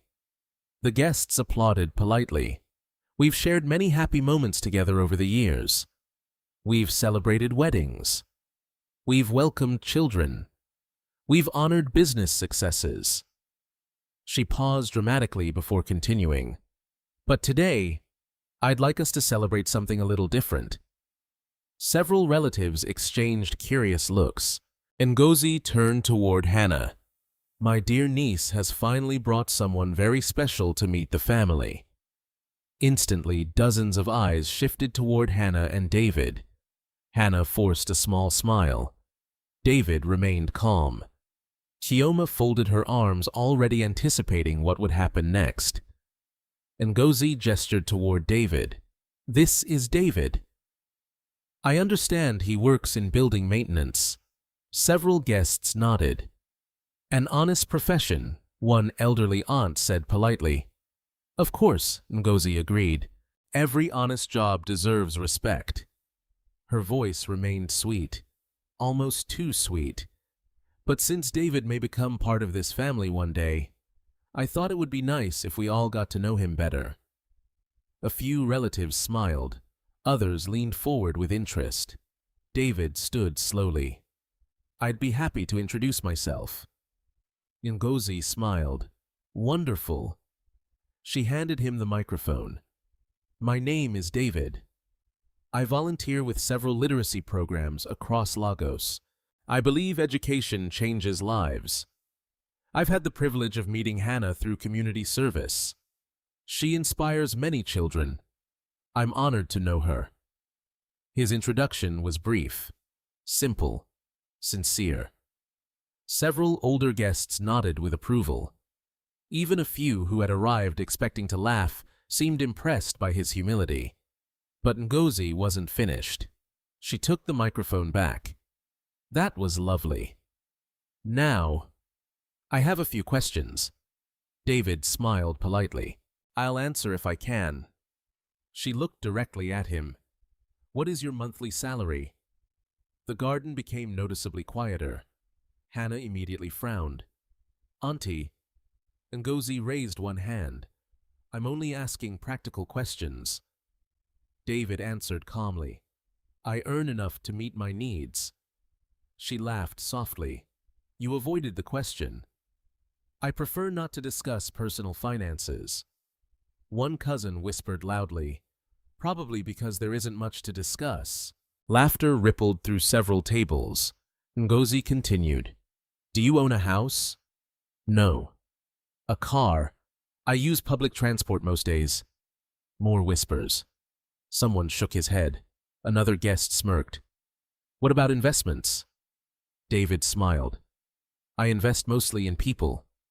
The answer confused several relatives. Chioma laughed openly. "I don't think that's what Mother meant." Ngozi nodded dramatically. "Exactly. You see, our family has always valued stability. Hannah deserves someone who can provide security." Hannah stood immediately. "Auntie, that's enough." Ngozi turned toward her. "I'm trying to help you." "I didn't ask for help." The atmosphere became tense. Several guests looked uncomfortable. Others appeared fascinated. Ngozi sighed. Hannah, you've always been emotional. I'm simply asking questions any responsible family should ask. David finally spoke. I understand her concern. Ngozi smiled confidently. So you'll answer honestly. I already have. She folded her arms. Can you provide Hannah with the lifestyle she's accustomed to? David looked at Hannah, then back at Ngozi. I can provide respect. I can provide honesty. I can provide loyalty. Several relatives rolled their eyes. One businessman laughed. Those don't pay bills. David smiled gently. No. But money alone doesn't build a happy family either. The comment drew mixed reactions. Some nodded. Others laughed louder. Chioma leaned toward a nearby cousin. Listen to him. He sounds like he's giving a motivational speech. More laughter followed. Hannah could no longer remain silent. She stepped beside David. Everyone, please. David came here because I invited him. He deserves respect. Ngozi looked disappointed. Respect must be earned, David answered quietly. I agree. The confidence in his voice caught several guests by surprise. Ngozi immediately continued. Then perhaps you won't mind answering one final question. David nodded. Go ahead. She smiled. If Hannah asked you to marry her today, could you honestly give her the life she deserves? Silence filled the garden. Everyone waited. Hannah looked horrified. Auntie David remained completely composed. He looked at Hannah for a long moment before answering. If Hannah chose to spend her life with me, I would spend every day trying to deserve that trust. Ngozi sighed dramatically.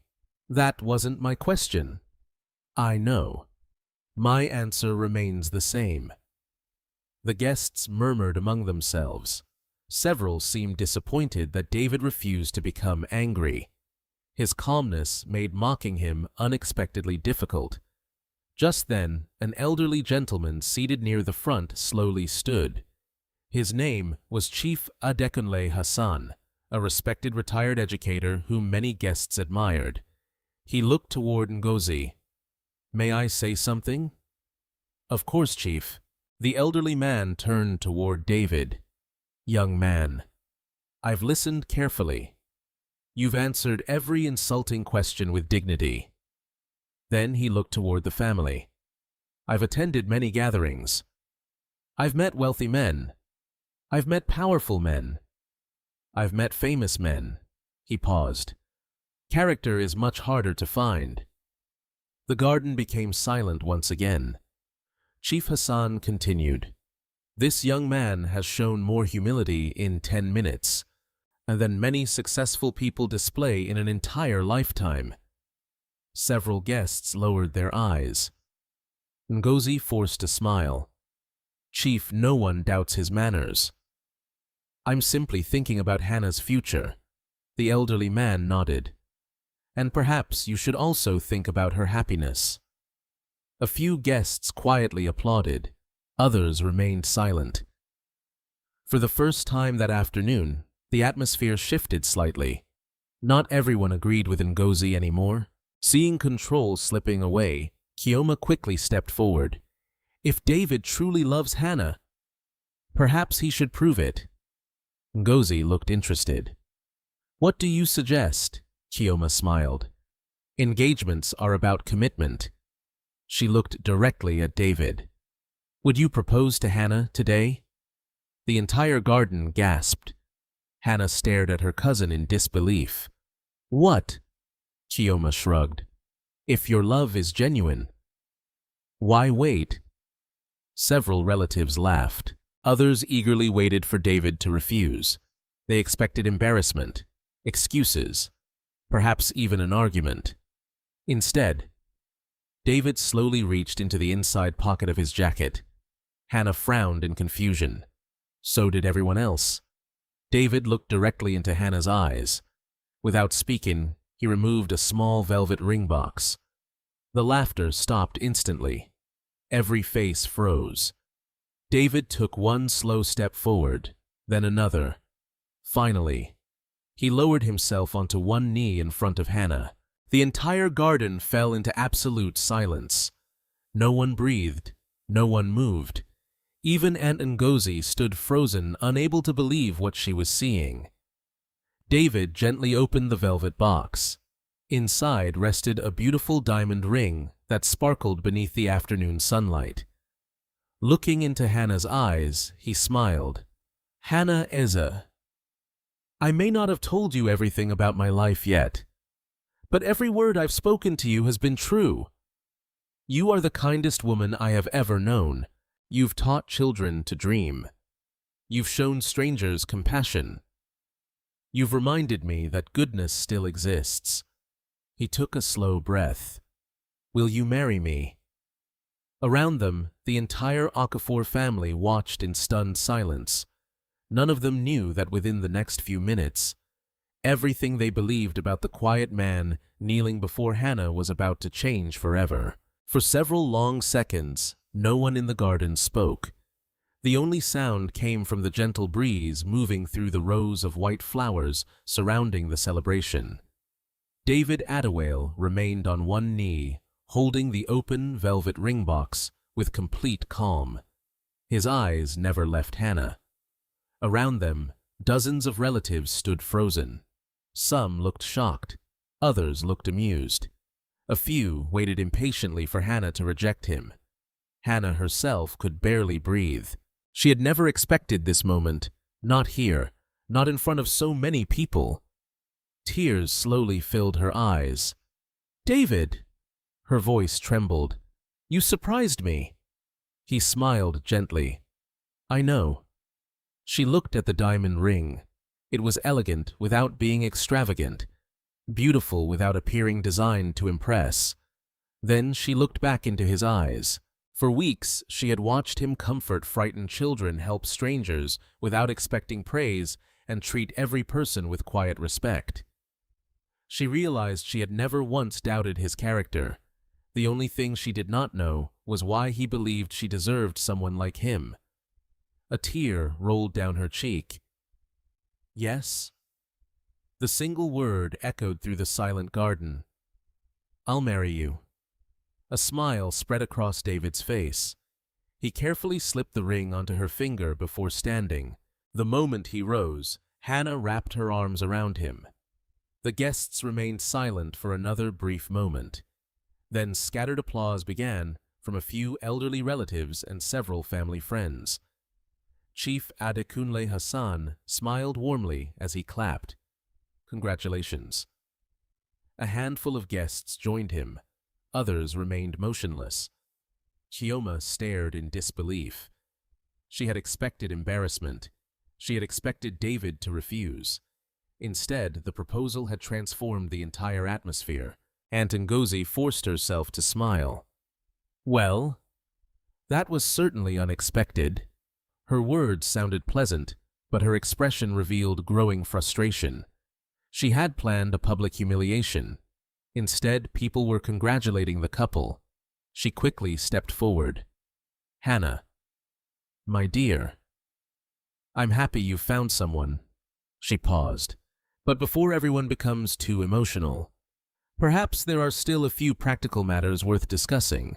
Hannah immediately recognized the tone. "Auntie," Ngozi ignored her. She turned toward David. "Since you're now asking to marry my niece, I'm sure everyone would appreciate knowing a little more about you." Several relatives nodded. One businessman folded his arms. "That's reasonable." Ngozi smiled again. "David, who exactly do you work for?" David answered calmly. "Attawale Technologies." A few guests reacted immediately. "The technology company, the one expanding across Africa?" David nodded. "Yes." One uncle looked impressed. "I've heard their employees are treated very well." Another relative asked, "What position do you hold?" There was a brief silence. David knew this question would eventually come. He could answer honestly, or continue hiding. Before he spoke, a sudden commotion near the front gate interrupted the conversation. Several black luxury SUVs slowly entered the estate. Every guest instinctively turned. The vehicles moved in perfect formation before stopping near the main entrance. 4 professionally dressed security officers stepped out first. They quickly positioned themselves beside the vehicles. The crowd began whispering. Who arrived? Was someone else invited? Those government plates. They look official. A few seconds later, Ibrahim Bello stepped out of the lead vehicle carrying a leather portfolio. He walked briskly toward the garden. Several business executives immediately recognized him. That's Ibrahim Bello, the executive director of Adawale Technologies. What is he doing here? Whispers spread rapidly throughout the gathering. Ibrahim reached the center of the garden before stopping respectfully. His eyes found David immediately. For a brief moment, neither man spoke. Then Ibrahim gave a slight bow. Good afternoon, sir. The single word changed everything. Sir. Every conversation stopped. Several guests looked from Ibrahim to David in confusion. Aunt Ngozi frowned. I think you've mistaken someone. Ibrahim looked at her politely. I don't believe I have. He turned back toward David. I apologize for interrupting. But the Johannesburg delegation has arrived earlier than expected. They're waiting for your decision regarding tomorrow's investment agreement. The silence became almost unbearable. Chioma blinked repeatedly. What? Did he just say? One businessman slowly stood from his chair. Ibrahim. Are you referring to? Ibrahim answered before anyone could finish the question. Mr. David Adawale, founder and chief executive officer of Adawale Technologies. No one moved, no one spoke. The words seemed impossible to understand. Aunt Ngozi stared at David, then at Ibrahim, then back at David again. No, that's impossible. David finally looked around the gathering. There was no pride in his expression, no satisfaction, only quiet acceptance. He took a slow breath. My full name is David Adawale. I founded Adawale Technologies 11 years ago. Gasps echoed throughout the garden. Several guests instinctively reached for their phones. Others whispered in disbelief. One businessman hurried toward David. Mr. Adawale. We met during the Innovation Summit in Abuja. David smiled politely. We did. The man immediately extended both hands. It is an honor to see you again. Within seconds, more executives approached. Everyone who recognized David greeted him with obvious respect. The same relatives who had mocked his profession only moments earlier now watched in stunned silence. Chioma's face turned completely pale. She looked toward her mother. You knew. Ngozi shook her head slowly. No. I swear. I had no idea. Chief Adekunle smiled quietly. I suspected he was no ordinary man. But I never imagined this. Meanwhile, Hannah remained exactly where she stood. She looked at David with tears still in her eyes. Not because he was a billionaire, because he had hidden something so enormous from her. David turned toward her. Hannah, I'm sorry. I wanted to tell you. I needed to know whether someone could love me before knowing my name. She remained silent. I never lied about who I am inside. I only hid what I owned. The garden watched nervously. No one knew how Hannah would respond. After several long seconds, she finally spoke. You should have trusted me. David lowered his eyes. I know. I was afraid. She stepped closer. Afraid of losing me. Yes. She looked at the ring on her finger, then back at him. I wish you had told me. So do I. Another long silence followed. Finally, Hannah smiled through her tears. "You fool." David looked up. She laughed softly while wiping her eyes. "I would have liked you even if you really had been a maintenance worker." The tension instantly disappeared. Several guests smiled with relief. David laughed quietly. "I was hoping you'd say that." She gently took his hand. "But next time, no more secrets. I promise." Behind them, Aunt Ngozi slowly sank into her chair. Her face had lost all color. Only 30 minutes earlier she had questioned whether David could provide Hannah with security. Now she realized the man she had publicly humiliated possessed more wealth than everyone in the garden combined. Even worse, every influential guest present had witnessed her behavior. Her carefully planned humiliation had collapsed in the most spectacular way imaginable, and she knew the consequences had only just begun. The joyful atmosphere that followed David Attawale's revelation lasted only a few moments before an uneasy silence settled over the garden. The same relatives who had laughed at him less than an hour earlier now struggled to decide how they should behave.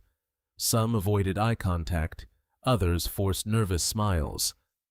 A few suddenly became unusually polite. Hannah watched the transformation with quiet disappointment. Nothing about David had changed. He was still the same man who volunteered with children every weekend. He was still the same man who repaired broken shelves, carried heavy boxes without being asked, and encouraged frightened students to believe in themselves. The only thing that had changed was what everyone now knew about his bank account. That realization saddened her more than she expected. Aunt Ngozi slowly stood from her chair. The confidence that had filled her voice earlier had completely disappeared. She walked toward David with an awkward smile. "Mr. Attawale," David interrupted gently, "please." "David is fine." She laughed nervously. "Of course." "David, I hope you understand. My questions earlier were simply those of a concerned aunt." David looked at her calmly. "I understand why families ask questions." She immediately relaxed, believing the situation might still be repaired. "I only wanted what was best for Hannah." David nodded politely. "I believe you wanted what you believed was best." The answer sounded respectful, yet somehow it also reminded everyone exactly what had happened. He had not accused her. He had not argued. He had simply allowed her own actions to speak for themselves. Nearby, several guests quietly exchanged embarrassed glances. Chief Adekunle Hassan walked toward the couple with a warm smile. "Hannah, David, congratulations once again." "Thank you, Chief," Hannah replied. The elderly man turned toward David. "When I defended you earlier, I had no idea who you were." David smiled. "That's exactly why your words meant so much." Chief Hassan nodded thoughtfully. "I judged your character, not your position." David extended his hand. "I'll always remember that." The two men shook hands while several nearby guests watched silently. Across the garden, Chioma stood frozen beside the dessert table. Only an hour earlier, she had proudly introduced David as the maintenance worker. Now several business executives were surrounding him with obvious admiration. One executive even apologized for not recognizing him sooner. Chioma felt heat rising to her face. Her closest friend walked over quietly. "Chioma, I didn't know your cousin was engaged to David Attawale." Chioma forced a weak smile. "Neither did I. You've met him before." "A few times." The friend laughed. "You never mentioned it." Chioma could not answer. How could she explain that she had mocked one of the most respected entrepreneurs in Africa in front of hundreds of witnesses? Meanwhile, Ibrahim Bello approached David again. "Sir, the Johannesburg delegation is waiting." David nodded. "They can wait another hour." Ibrahim smiled knowingly. "I thought you might say that." He stepped back respectfully. Several guests noticed the exchange. One businessman whispered, "Even international investors are waiting for him." Another quietly replied, "And we treated him like a servant." The word spread quickly through the gathering. The atmosphere became increasingly uncomfortable. Hannah gently touched David's arm. "Can we take a walk?" "Of course." Together they left the crowded garden and walked toward a quiet section of the estate overlooking the ocean. For several minutes, neither of them spoke. The sound of waves crashing against the shore filled the silence. Finally, Hannah stopped walking. "I've been thinking." David looked at her carefully. "I know. I should have trusted you." She nodded slowly. "I was hurt. I understand. But," she smiled faintly, "I've also been asking myself an important question." "What question?" "If I had discovered today that you really were only a maintenance worker, would I still have accepted your proposal?" David looked at her quietly. She smiled. "The answer is yes." His shoulders relaxed. "I never doubted your heart. I doubted whether you trusted mine." David lowered his eyes. "When my father died, people changed overnight. I became afraid. I convinced myself that hiding my identity was the only way to know who truly cared." Hannah stepped closer. "I understand why you did it. But don't ever carry that burden alone again." "I won't." She reached for his hand. "We start with honesty." "Always." "I promise." They stood together watching the ocean. For the first time since the proposal, both of them felt completely at peace. Back in the garden, however, Aunt Ngozi's anxiety continued growing. Several important guests had quietly begun leaving, not because the celebration had ended, because they felt uncomfortable remaining after witnessing her behavior. One respected judge shook his head while preparing to leave. He quietly told another guest, "Money reveals character." But today, poverty revealed even more. Those words reached Ngozi's ears. She lowered her head. For perhaps the first time in many years, she felt genuine shame. Later that afternoon, as the reunion finally came to an end, she walked toward Hannah. "Hannah." Her niece turned. "Yes, Auntie." Ngozi hesitated. "I owe you an apology." The surrounding relatives immediately became silent. No one had ever heard Aunt Ngozi apologize to anyone. "I judged David without knowing him. I judged you for believing in him. I was wrong." Hannah listened quietly. "I thought success meant money. But today I realized I failed to recognize real success." Tears slowly formed in Ngozi's eyes. "I also insulted your parents' values. They raised you to judge people by their hearts. I should have remembered that." Hannah looked at her for several seconds before answering. "My parents taught me something else too." "What?" "They said forgiveness becomes meaningful only after someone accepts responsibility." Ngozi nodded. "I do. I'm truly sorry." Hannah stepped forward and gently embraced her aunt. "I forgive you." Several relatives quietly applauded. Some wiped away tears. Others simply stood in thoughtful silence. Kioma remained where she was. She wanted to apologize as well. Yet pride continued fighting against guilt. She looked toward David. Instead of celebrating his victory, he was helping waiters carry empty chairs back into storage. The sight stunned her. One waiter tried to stop him. "Sir, please." "We'll handle it." David smiled. "We can finish faster together." Kioma stared in disbelief. Even now, after everything, he behaved exactly the same. She finally understood why Hannah had fallen in love with him before knowing his identity. As the sun slowly disappeared beyond the Lagos coastline, David and Hannah prepared to leave. Before entering their car, Chief Adekunle approached once more. You two have reminded everyone here of something important. David smiled. What is that? The elderly man looked around the estate. Wealth impresses people, but character changes them. Hannah squeezed David's hand. Together they smiled. Neither realized that although the family had finally begun changing, one person still struggled to accept what had happened.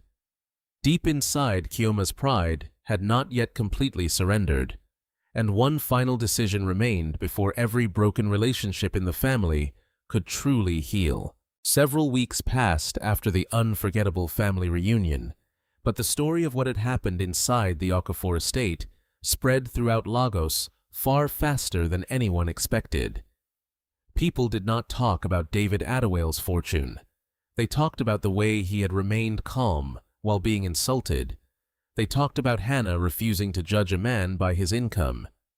Most importantly, they talked about how quickly wealthy people had changed their attitudes after learning the truth. The story became a quiet reminder that appearances could deceive even the most educated people. For Hannah, however, life changed very little.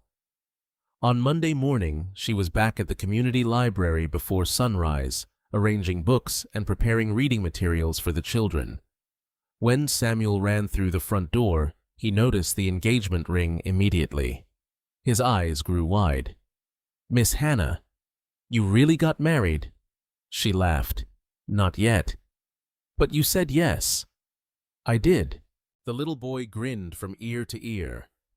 "I knew Mr. David liked you." "What made you think that?" "He always smiled more when you were around." Hannah laughed again. "You're much more observant than I realized." Within minutes, the library filled with children eager to hear the latest stories. None of them cared that David was a billionaire. To them, he was simply the kind man who built science projects, repaired broken shelves, and never forgot anyone's name. That afternoon, David arrived carrying several large folders instead of his usual boxes of books. The children immediately surrounded him. "Mr. David, can we build another robot today?" He smiled. "Later. But first, I need Miss Hannah's help." Curious Hannah followed him into the library office.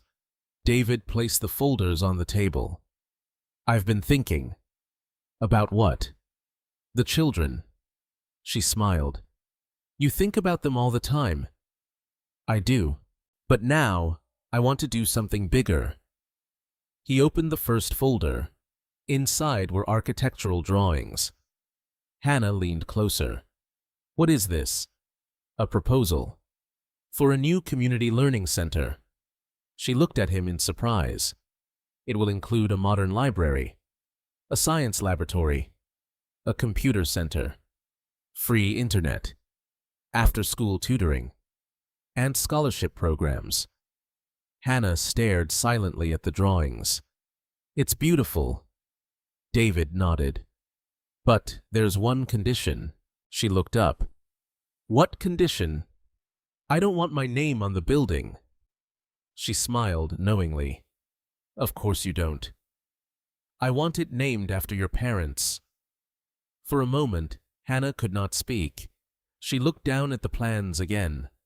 Across the top of the first page were the words, "The Emmanuel and Grace Eze Community Learning Center." Tears immediately filled her eyes. "You remembered their names." "I remember everything important to you." She gently touched the drawing. "My father dreamed of a place like this." "Then let's build it." Hannah looked at him. "Together." "Together." She nodded without hesitation. Over the following month, construction began on an empty piece of land donated by the city council. David quietly funded the entire project through his charitable foundation. Hannah supervised the educational programs and selected books for the library. Teachers volunteered. University students offered tutoring. Engineers donated equipment. Word spread quickly. People from different neighborhoods asked how they could help. Instead of becoming a monument to wealth, the project became a symbol of community. One afternoon, While workers installed bookshelves, Aunt Ngozi arrived unexpectedly. She stood quietly near the entrance for several minutes before Hannah noticed her. Auntie Ngozi smiled gently. "I hope I'm not interrupting." "Not at all." Hannah walked over and embraced her. Looking around the unfinished building, Ngozi shook her head slowly. "I've never seen anything like this." She turned toward David. "You paid for all of this. Yet your name isn't anywhere." David smiled. "This isn't about me." Ngozi lowered her eyes. "I spent years believing successful people wanted recognition." "I was wrong," David answered softly. "Recognition disappears. The people we help remember much longer." Those words stayed with Ngozi. She quietly walked through every room. She imagined children studying there, families gathering there, young people discovering opportunities they had never dreamed possible. For the first time, she truly understood what Hannah had always valued. Meanwhile, Kioma was facing her own struggle. Since the reunion, many of her social media followers had praised Hannah instead of admiring expensive fashion or luxury lifestyles. Several comments repeated the same message: kindness is more attractive than wealth. At first, Kioma dismissed them. Then she began visiting the construction site in secret. From inside her parked car, she watched volunteers working together. She saw David carrying boxes beside laborers. She saw Hannah reading stories to children, sitting on unfinished concrete floors during lunch breaks. No photographers, no reporters, no publicity. They were doing it simply because they believed it mattered. One afternoon, she finally gathered enough courage to step out of her car. Hannah immediately smiled. "Kioma." Her cousin hesitated. I wanted to see it. Come inside." As Hannah guided her through the building, Kioma remained unusually quiet. Finally, she stopped in front of the Future Children's Library. "I owe you an apology."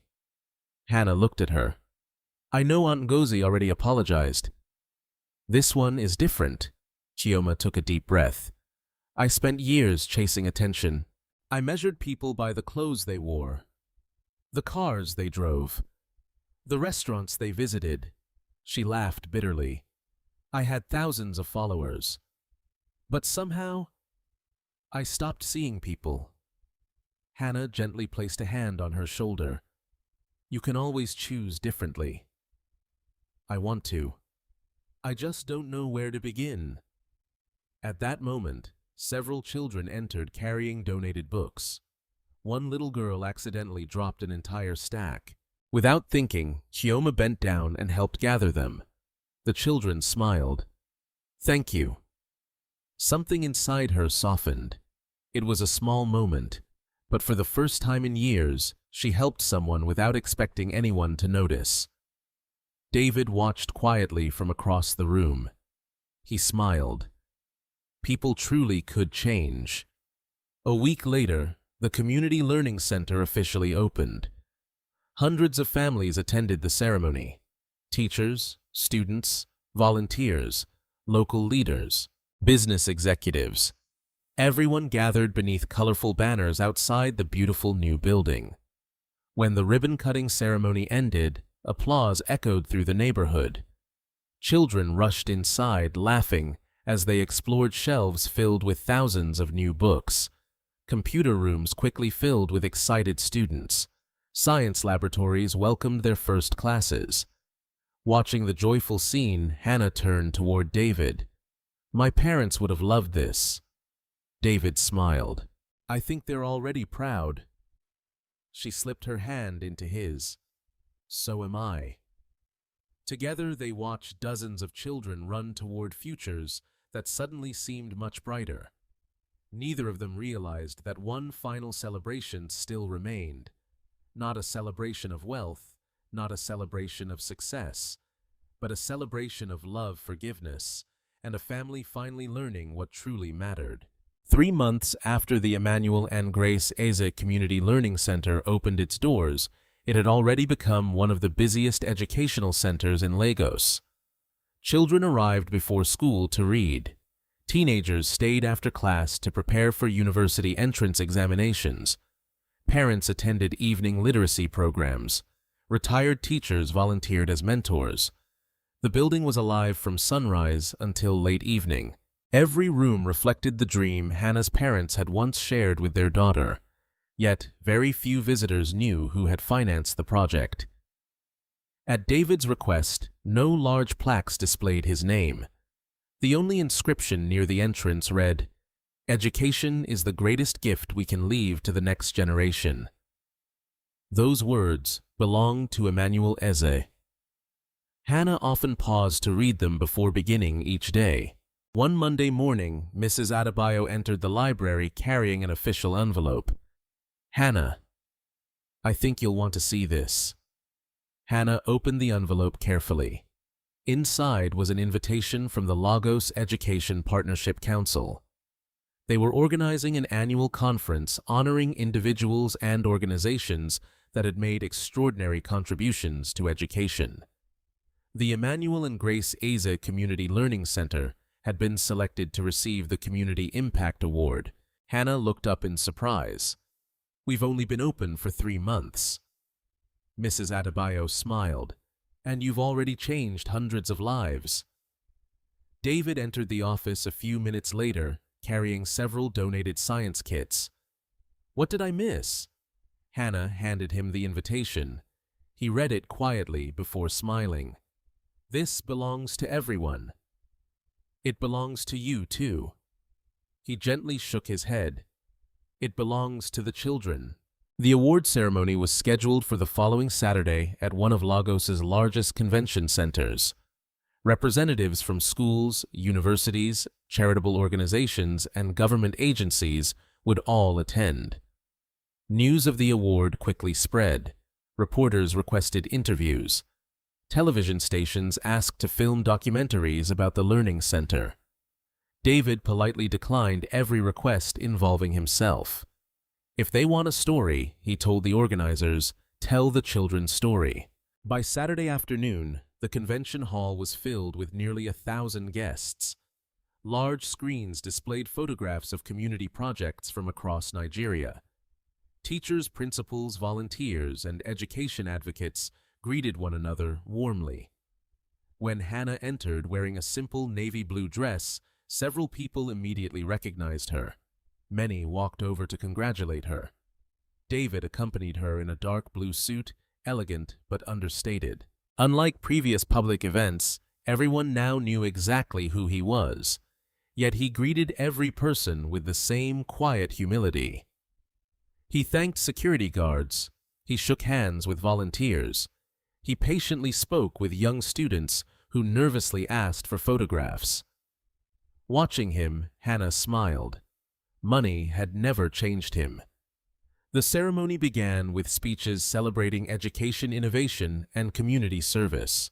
Awards were presented to outstanding teachers, scholarship programs, and non-profit organizations. Finally, the master of ceremonies stepped onto the stage once again.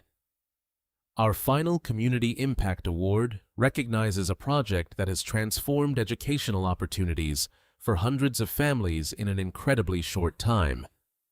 Images of smiling children appeared on the giant screens. Photographs of the Learning Center followed. Applause filled the hall. The Emmanuel and Grace Eze Community Learning Center. The audience stood and applauded as Hannah and David walked toward the stage together. The award was presented by the Minister of Education. After shaking their hands, he smiled. "Would either of you like to say a few words?" David quietly looked at Hannah. "You should." She hesitated. "So should you." He smiled. "You first."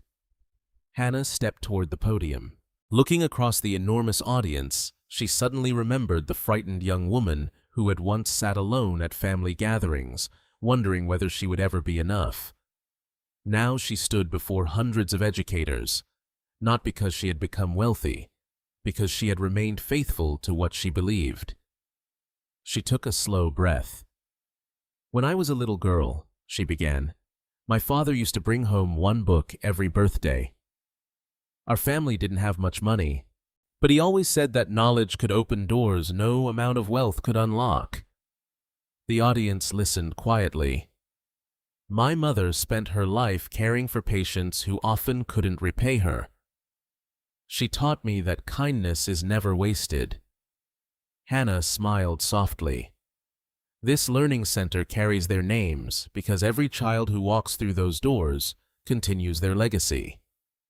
Applause echoed through the hall. She continued, I also want to thank someone who reminded me that true success is measured by the number of lives we lift, not the number of possessions we collect. She turned toward David. He smiled modestly. Many people know him today as one of Africa's most successful entrepreneurs.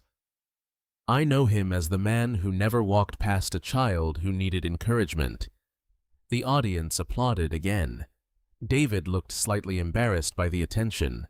When Hannah finished speaking, the audience remained standing. The master of ceremonies smiled. Mr. Adewale, I think everyone would also like to hear from you. The applause grew louder. David slowly approached the podium. He looked across the crowd before speaking. I've attended many conferences during my career. I've spoken about technology, investment, innovation. He paused. But none of those subjects matter if children never receive the opportunity to dream. The audience became silent. I spent years believing success meant building companies. Hannah reminded me that success also means building people. He looked toward the audience. If you want to change a nation, teach one child. If you want to change generations, teach thousands. The hall erupted into applause. Several educators stood wiping away tears. Among the audience sat Aunt Ngozi and Kioma. Both had accepted Hannah's invitation to attend the ceremony. Watching the standing ovation, Ngozi quietly whispered, I almost destroyed this. Kioma nodded. We both did. After the ceremony ended, journalists surrounded Hannah and David. One reporter asked the question everyone wanted answered. Mr. Adewale, you're known for billion-dollar technology projects. Why invest so heavily in community libraries? David smiled. Iwe, because someone invested in me before I had anything to offer. Another reporter turned to Hannah. If you had known David was a billionaire when you first met him, would anything have been different? Hannah answered without hesitation. No. I fell in love with the man who volunteered on weekends. The billionaire was simply additional information. Her answer immediately spread across social media. Within hours, millions of people had watched the interview. The phrase, the billionaire was simply additional information, became the headline of countless news articles. As evening approached, the convention center slowly emptied. David and Hannah walked outside together. The sunset painted the Lagos skyline with brilliant shades of orange and gold. David smiled. Do you remember the engagement party? She laughed softly. How could I forget? We've come a long way. She nodded. Not because life became easier, but because we chose not to become bitter. He gently took her hand. And now, there's only one celebration left. Hannah smiled. Our wedding. David nodded. The beginning of the rest of our lives. Together they walked toward their car, unaware that their wedding would become far more than a family celebration. It would become the moment everyone who had once judged them would finally witness the greatest lesson of all. 6 months after David Adewale had knelt in front of Hannah Eze during the unforgettable family reunion, the city of Lagos welcomed a celebration unlike any the Okafor family had ever experienced. It was their wedding day. The ceremony was held in a beautiful garden overlooking the Atlantic Ocean. White flowers lined the pathways, soft music floated through the warm afternoon air, and hundreds of guests gathered to witness the union of two people whose story had quietly inspired thousands across Nigeria. Although David could easily have organized one of the most extravagant weddings in Africa, he chose something very different. The decorations were elegant, but simple. There were no displays of excessive luxury, no unnecessary extravagance. Instead, the couple requested that a large portion of the wedding budget be donated to scholarship programs for children from low-income families. Many guests were surprised. Others were deeply moved. As people arrived, they found a small card placed on every seat.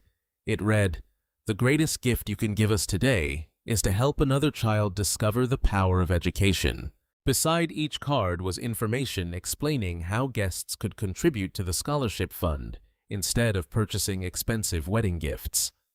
The idea had been Hannah's. David had agreed immediately. Before the ceremony began, dozens of children from the Emmanuel and Grace Eze Community Learning Center walked into the garden carrying books instead of flower baskets. Each child placed a favorite book along the aisle. Together, the books formed a pathway leading to the wedding altar. Many guests wiped away tears at the beautiful symbolism. Knowledge had brought them together. Knowledge would also lead them into their future. When the music began, Hannah appeared beside Mrs. Adebayo. Because both of Hannah's parents had passed away many years earlier, Mrs. Adebayo proudly walked her down the aisle. The elderly librarian smiled through tears. "You've made your parents proud." "I hope so," Hannah whispered.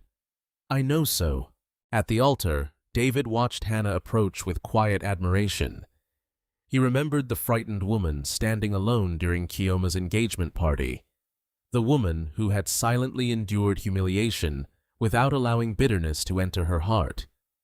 Today she walked with confidence, not because she was marrying a billionaire, because she had finally learned that her worth had never depended on anyone else's opinion. As Hannah reached the altar, David gently took her hands. "You look beautiful," she smiled. "So do you." The officiant welcomed everyone before beginning the ceremony. Instead of speaking only about marriage, he spoke about character. Many couples are united by attraction, others by opportunity. But the strongest marriages are built upon respect, trust, and shared purpose. He looked at the bride and groom. These two have already demonstrated those qualities long before today. The vows reflected the same simplicity that had defined their relationship. David spoke first. "Hannah, you believed in me before you knew my achievements. You respected me before you knew my success. I promise to spend the rest of my life earning the trust you've already given me." Hannah smiled through tears. When it was her turn, she held David's hands tightly. "David, you reminded me that kindness is never weakness. You showed me that true strength serves others quietly. I promise that no matter where life leads us, I will always choose the man I first met long before the world reminded me who you were." Many guests quietly wiped away tears. Among them sat Aunt Ngozi. She could no longer hide her emotions. She remembered every cruel joke, every embarrassing question, every judgment she had made. Looking at Hannah now, she realized how close she had come to losing the trust of the kindest person in her family. After exchanging rings, David and Hannah were officially pronounced husband and wife. The applause seemed endless. Children cheered. Teachers embraced one another. Volunteers laughed and cried together. Even several business leaders admitted that they had rarely attended such a meaningful wedding. During the reception, David surprised everyone with one final announcement. He stepped onto the stage holding Hannah's hand. "Today has already given us more happiness than we deserve. But we'd like to celebrate in one more way." The large screens surrounding the reception hall suddenly displayed photographs of schools from different parts of Nigeria. David continued, "In honor of our wedding, The Adawale Foundation and the Emmanuel and Grace Eze Community Learning Center will jointly establish 50 new community libraries over the next 5 years. The audience gasped. The announcement continued. Each library will provide free books, computer access, teacher training, and scholarships for children who would otherwise never have these opportunities. The entire audience stood in applause. Many guests cried openly. Even experienced journalists admitted they had expected a glamorous celebrity announcement. Instead, they had witnessed a promise that would change countless lives. David looked toward Hannah. "This is our wedding gift to the future." The applause continued for several minutes. Later that evening, as the celebration slowly came to an end, Aunt Ngozi quietly approached the couple. She held a small photo album in her hands. "I have something for you." Hannah accepted it carefully. Inside were old family photographs, including pictures of her parents that she had never seen before.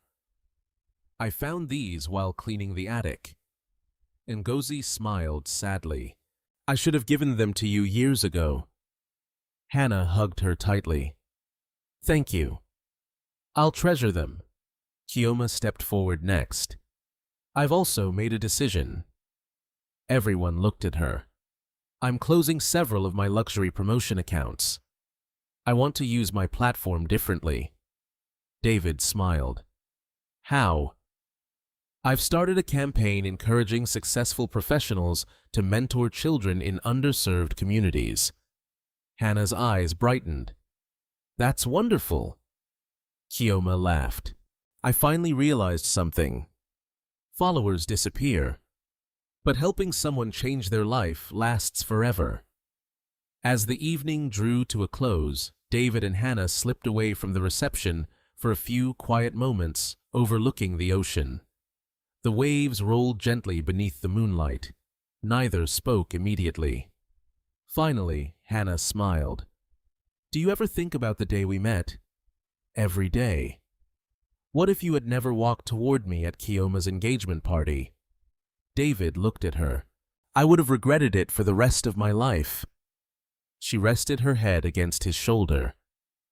"I'm glad you took that first step." "So am I." Together they watched the endless horizon. Life would still bring challenges. Business would continue. Responsibilities would grow. But they had already discovered the foundation strong enough to carry them through every season. It was never money, never status, never public admiration. It was kindness, respect, trust, and a love that had first recognized character before recognizing success. Sometimes the world teaches people to admire wealth before integrity, to chase appearances before truth, to judge strangers before understanding their stories. But real greatness rarely announces itself with expensive clothes or impressive titles. It quietly appears in the way someone treats those who cannot repay them. It reveals itself in the choices people make when no one is watching. Hannah and David proved that love built on character can survive every misunderstanding, every insult, and every obstacle placed in its path. Money can build houses, but only kindness builds homes. Success may earn applause, but humility earns lasting respect. And when we choose to see the heart before the status, we often discover treasures that the world would have overlooked. If this story touched your heart, let it remind you to never measure a person's worth by their appearance, profession, or possessions. The greatest people often walk among us unnoticed, quietly changing lives one act of kindness at a time. Thank you for staying until the end. If you enjoyed this story, please share where you're watching from in the comments and let us know what lesson stayed with you the most. Don't forget to subscribe for more inspiring stories that celebrate compassion, hope, and the incredible power of believing in people before judging them.